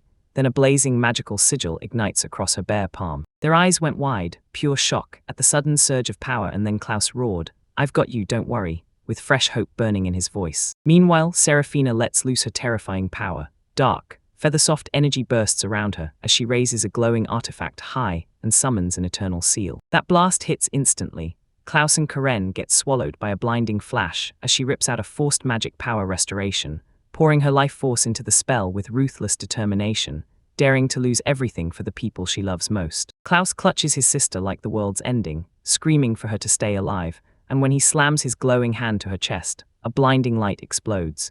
He triggers forced magic restoration, and sheer power surges through her. His eyes flare wide as a new voice crashes through his mind, one that isn't his. In a flash, he sees Serafina snap at Ractius to get it together, then demand why Lumiel is doing all of this. She insists they're standing in the way, and that they have to be driven out of the Holy Land and back into the demon world. Fresh memories crash into him, confusing, unfamiliar, and his thoughts sprint to figure out what he just saw. Then he looks down at Karen's still body and asks himself, whose memory was that? He drops to his knees over her as a choking, dark energy pours out of her body. Then it thins out and vanishes into nothing right before his eyes. That sinister pattern on Karen's chest wipes away for good, gone like it never existed. Karen lets out a soft groan, and Klaus snaps her name out loud, his voice packed with pure disbelief. Her eyes crack open one slow blink at a time, dazed, and when she finally focuses, she sees her brother and whispers his name like it might explain everything. With total relief, he yanks her into a desperate embrace, tears blazing down his cheeks as he sobs her name, because somehow he healed her. She pulls him into a tight hug, tears streaming down her face, and tells him it's fine. She truly believed he'd heal her. Then she apologizes for ever making him worry, smiling through the tears as she declares, "You're the best big brother." With her eyes still shut, murmurs roll in, heat rising in her cheeks as she can't stop thinking about marrying Klaus. Klaus freezes, staring at her like he just got hit, his face going red too as he tries to process whether those words were the real deal. Shock snaps into urgent panic. He whips around to the braided swordswoman and roars that everyone has to hear this. Selena is putting her life on the line to seal Kailan and save Karen. She clamps her hand on his arm, begging him not to move, but he yanks free, snarling, "What do you mean?" He yanks away, swearing he has to go and stop her, and he explains it plain. Sure, Karen's curse is gone, but that still isn't the answer. Seeing how stubbornly determined he is, the swordswoman's face finally cracks, and she grudgingly nods. With her okay, Klaus clenches his fist, shouts "Ronald," and triggers the transfer. Elsewhere deep in a sun-dappled forest, Serafina and her two guards square up to the mythical beast, Kailan. Then a massive shadowy monster erupts behind them, pressing down like a nightmare. Serafina interrogates them about their mission, but one guard blanches and screams in despair that sealing Kailan is impossible. A shadowy creature looms over her, but Serafina doesn't flinch. She speaks calmly and tells it how she spotted black mist messing with the seal. Her words detonated horror in her guards, because they finally clocked it. She was trying to strip Ouroboros of its power. Right then, Klaus and the braided swordswoman burst in, and he shouted Selena's name. That sudden burst of movement makes the swordswoman jerk back in shock, staring at him like, "Why are you here, and why are you calling me Karen?" Klaus doesn't stop. He barrels past her straight for Serafina, and you can feel the relief hit him as he realizes he made it just in time. He shows up at the exact right moment, calming the stunned Serafina with one promise. He healed her, and it's all going to be fine now. She can barely get out a thank you before her eyes snap to Karen, and she clamps a firm grip on the swordswoman's arm. Karen snaps around, her voice slicing through the air with rage and worry. She roars at Serafina for being a fool, begging her to stop offering up her own body, and swearing she'll never let her do it again. She yanks Serafina by the shoulders, wincing with hurt as she snaps that she'll never forgive that reckless move, while Serafina can only stare back, cheeks burning, apologizing through her fluster. Her rage melts into pure affection as she yanks Serafina into a bone-crushing hug, and even after all that scolding, she murmurs a sincere, "Thank you," confessing just how deeply she cares. Meanwhile, Serafina's guards snap their heads to Klaus for answers. One demands what's happening, pointing out that Serafina's seal won't hold, and the other reveals the culprit. Ouroboros' black mist is choking the air, wrecking the ritual and stopping her from finishing it. With command authority blazing in his eyes, Klaus orders the guards to keep yanking the barrier's controls. Then he snaps, "Serafina, protect Karen." Karen's eyes narrow as she's tasked with one brutal job. Keep the mythical beast, Kailan, trapped inside that very barrier. Everyone locks in and nods, plan accepted. Heron snaps into action and swings her scorching flame sword, flooding the blade with fire as she charges straight at the beast. And Klaus can't help but smile. She's fully back on her feet and going toe-to-toe like she means it. Now that the threat is dealt with, his eyes lock onto the powerful Kailan, new resolve hardening in his face as he silently swears he'll save the beast too. He clocks the alarm as Serafina and Karen unleash their attacks, and the mythical beast Kailan slips every single strike. Only this time he's not just dodging, he's stalking the barrier, hunting for the exact weak spot. The beast finally locks onto what it wants, then crashes through the barrier with one brutal bone-shaking strike, while Klaus screams its name, pure desperation exploding out of him. His desperate plea finally gets answered, because the other three sacred beasts, the white tiger, Genbu, and the blue dragon, tear across the sky above him, and fresh hope surges as he shouts for everyone. The blue dragon answers with a thunderous roar that blasts across the whole field. Seizing the opening, Klaus throws his hand onto Kailan. Boom, a glowing magical sigil flares in his palm as he starts scanning, and he feels the beast's consciousness slipping away into total black. The moment the connection gets violently cut, Kailan crumples and stumbles back hard. Karen and Serafina lock eyes as they see the beast go limp, unconscious. When Kailan finally regains himself, Klaus jolts with a sickening realization. The magic coursing through Kailan is nothing like the one he'd felt in Karen. A dark aura snaps to life around unconscious Kailan, ripping through the air as its power forces a brutal, violent restoration. He freezes in place, stunned and helpless, then spots a shocking match between Kailan and the blue dragon. Serafina blurts out what they're supposed to do, and the blue dragon cuts straight to Klaus, warning that maybe the master's power won't hold, not when his training isn't strong enough. He listened in shock as the blue dragon warned that something was seriously off. Kailan's magic was still unfinished. Then the white tiger jumped in, claiming that once Kailan got his memories back, its power would be perfected. Right beside him, Karen grabbed at his heart and begged him to go save the beast. Meanwhile, Serafina dropped to her knees beside the others in Kailan, worry burning in her eyes, because she refused to let her mother lay eyes on the sacred beast while it was this weak. Klaus's voice ripped her thoughts apart as he shouted her name. Then his fist tightened with grit, and he swore he'd be the one to crush this curse. He spun to his companions and declared he was heading for the city of Thousandless, right now, so Serafina's guards immediately swore they'd ride with him. Karen demanded to come too, and then Klaus looked to the sacred beasts, handing Kailan over to their watch. The blue dragon ordered Jinbu and a white tiger to take care of things, and the tiger nodded like got it. Karen rode behind Klaus as Klaus begged the dragon to hold on while it started to rise. Across a crushing desert, the city of Thousandless hung on the horizon, and then, like a blazing omen, an incredible vermilion bird thundered through the sky, racing straight toward it. On the ground below, Alfred and Shia stared up in full panic as it thundered closer. Alfred choked out how massive it was, sweat sliding down his face, and then he gasped. This was Suzaku, the last sacred beast, and he couldn't stop himself from asking why it had finally shown up in their city. Then it hit him, Klaus's party had gone to the same kind of place. Worry surged when Serafina vanished without a trace, and when news came in about Siku's sudden rampage, he snapped his attention to Shuya and demanded, "So what's our next move?" Rucky, a broad-shouldered brute, stood right in front of them while Shia watched. Then the dark-haired man snapped that they weren't leaving until they became a shield and held the line, waiting for the demon emperor to finally show up. Rucky exploded into action, driving his spear level at the giant, blood-splattered vermilion bird, and he swore on his life he'd hold this ground. Down in the chaos, Klaus and Karen stayed mounted on their little dragon, ready to unleash the final sacred beast.